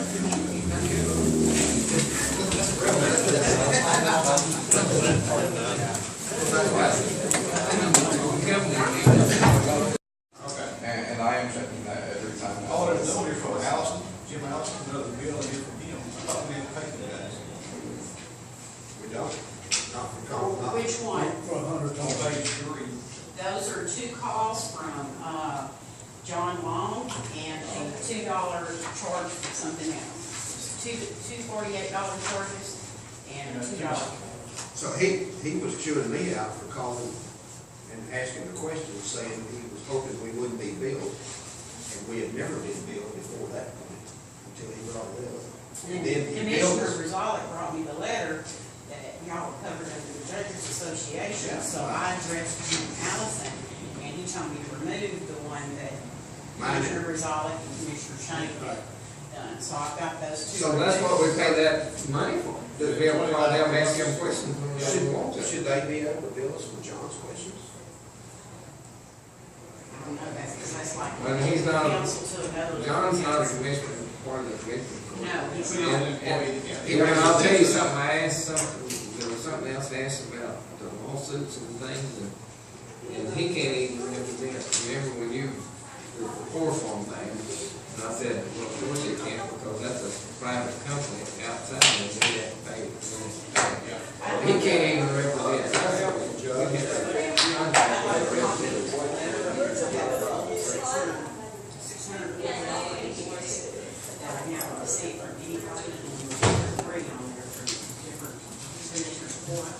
Members, so I'd like to attach that CMA into my email and say, I need these deleted also.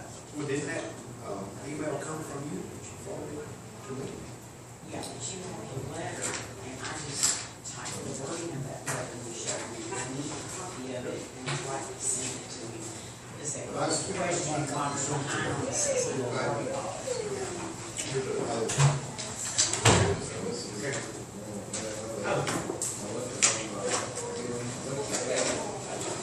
Did you see anything? Did you? Those are for autopsies, it's a $1,950 charge per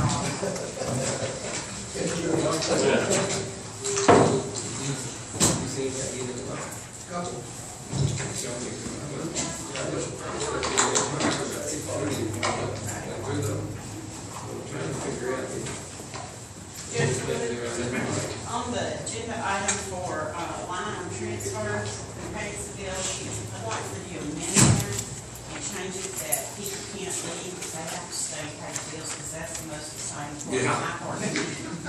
After this long meeting this morning, we didn't have any takers, I don't think. They all left us. That's it. That's it. True. It'll get tired of flying. Food over there. Anything that I do that I'm sure this year and this one.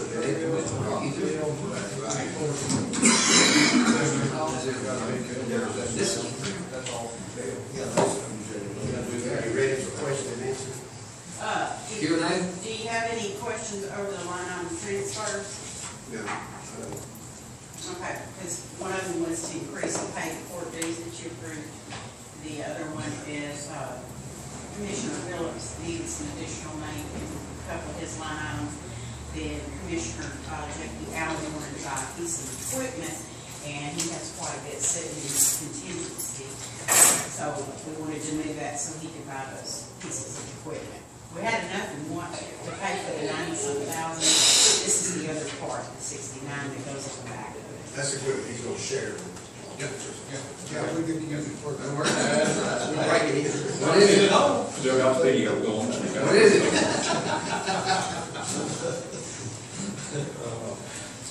Any other questions about the transfers? We have a motion from Commissioner Shane, second from Commissioner Rosales. Any other discussion? All in favor say aye. Those opposed, item number 18. Number 19 is discuss and consider claims for payment. Your claims for payment are $515,037.10. On page 5, compared to the, Big stack. big stack, Dallas County Treasurer for the autopsies. What was that, like 4, 5 autopsies? For 10,000? Those are usually about 2,000 apiece. They're about, I think they're running $19.50, and I think they went up $100 or $150, so that'd be about, you're right, that'd be about 10 autopsies. About 5. A couple thousand. Oh, I thought it was 20,000, sorry. 10,000. And now that 5? All right, then 2 lines lower. Yeah. For the Anderson Clayton, 78, 75 for transportation. That's one person to treat. Is that for the 5 autopsies? I think that's only for. I remember that came across, and they did not bill us last year, if I remember. 1717 was tender. And they called me and told me. Last year? Yeah, they called me and told me they just forgot to bill us. And Okay. it's where they go pick up a body and take it to the, to the morgue, and that's what it's for. But it was, I don't know, several bills on there, so they apologized, wrote letters, said they'd never let that again, so. So this don't be, this Please go back, I like his last video. Yeah. Believe that's what it's for. There is a letter attached to it. The judge and I apologize for the enclosed invoice because they did not bill us quarterly like I said, that there were several. And it has the JP bill order each So that's going back? transport. Yes, sir. But because we're past that due date, I had to put it in there. Go back to June last year. Yeah, I think that, on that same page right underneath that, Jimmy, two, pull down, is that AEG2 Enterprises? What is that? That's interpreters. Interpreters? Yeah. I'm catching up. I asked that already, you know, and then, well, everything sticks with it, that was stuck with it.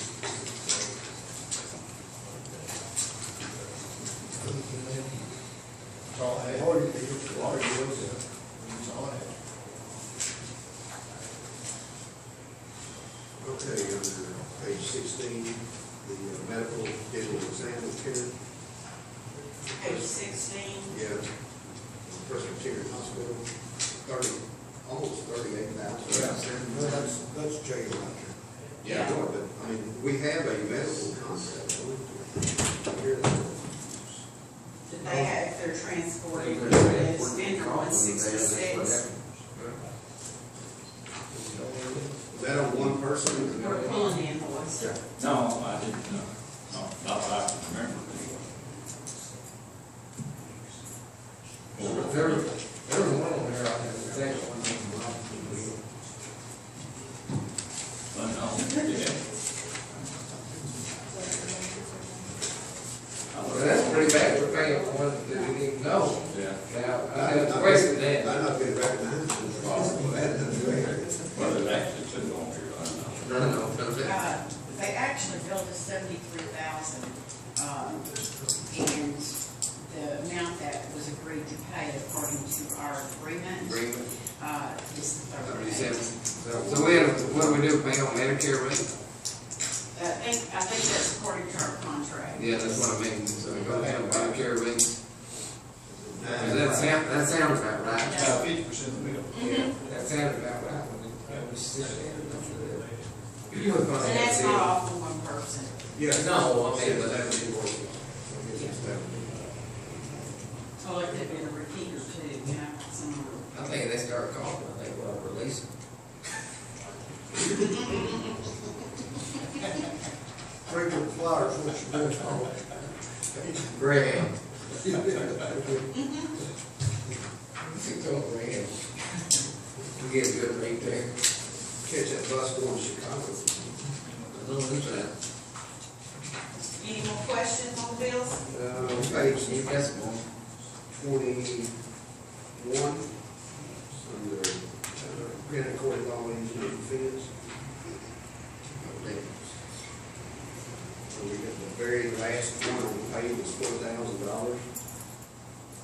And it has the attorney's name and client's name, no date. Are we sure that that's not one that's several years old? Well, I think that probably if they can't put a closing date, they ought not pay it until they put a date on it. Vendor 3665. I bet that's CPS. Yeah. Huh? No, county court laws. Yeah, It's not CPS.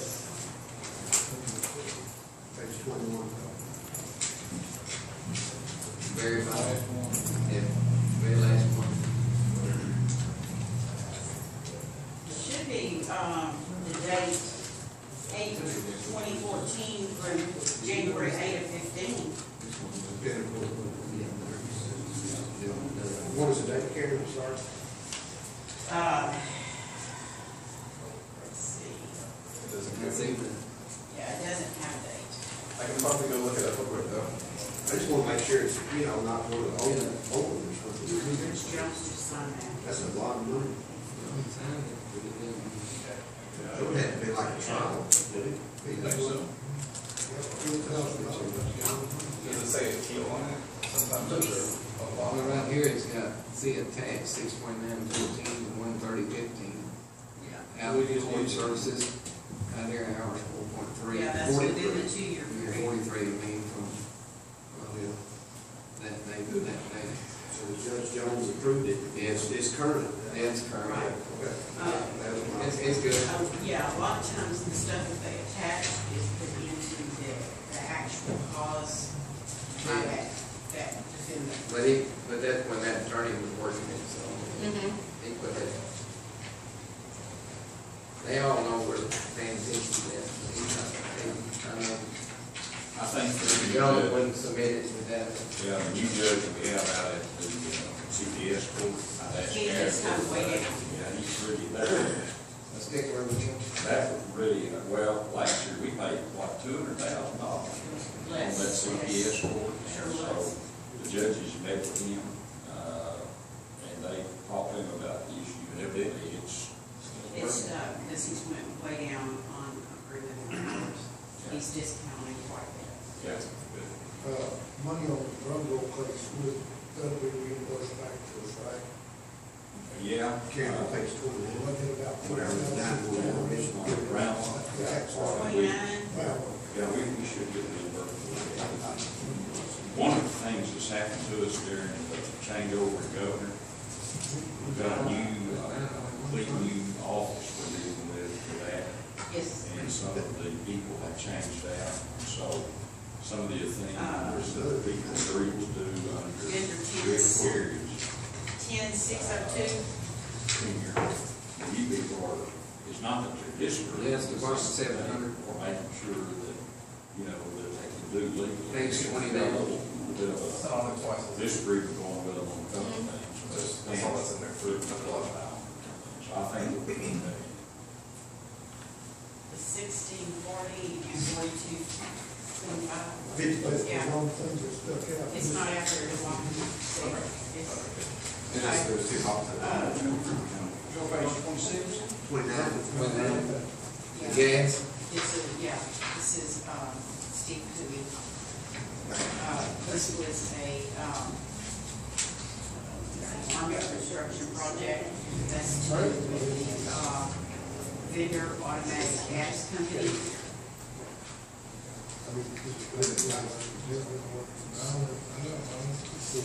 That's this. He's he has businesses, but he doesn't. That's the construction note for that one. Yeah. Some critical tax.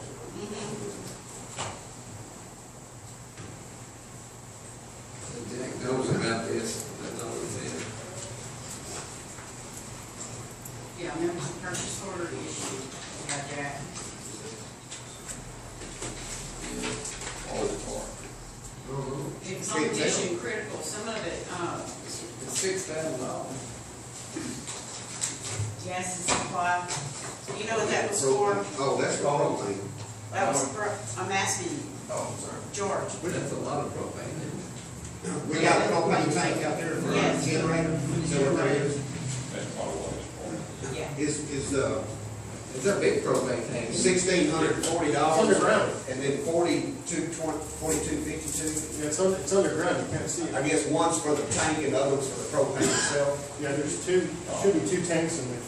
Oh, it's two tanks? Yeah, and Yeah, that's what. we tested and all that. Is that one in the ground been there ever since the armory was put in? I don't know. Those That's are old, no, we those are would- we all the same. They installed. Yeah. How many gallons was that there? Probably 1,000 gallons, I guess. Man, that's pretty big. Because the propane's about to do it now. Yeah, it's pretty close. I didn't even know they put them underground. Propane, I mean, you know, Something like this. against the bill. Yeah, you gotta realize that 911 is built for security and safety, so that's why it's probably. I don't think so, but I mean, you know, in the, they put them underground at fueling stations, but I didn't know close to the house, so they're always afraid. These big outlet, get under the building and blow it up. Okay, so, did that answer all your questions on the bills? Yes, it did. Okay, I'm approved, Judge. Thank you very much. Do we have a motion to approve the claim for payment? So motion. Commissioner Rosales makes a motion. Commissioner Allen seconds the motion. All in favor, say aye. And a motion to adjourn, item number 20. I'll make it. Commissioner Phillips makes a motion. Commissioner Shane seconds the motion.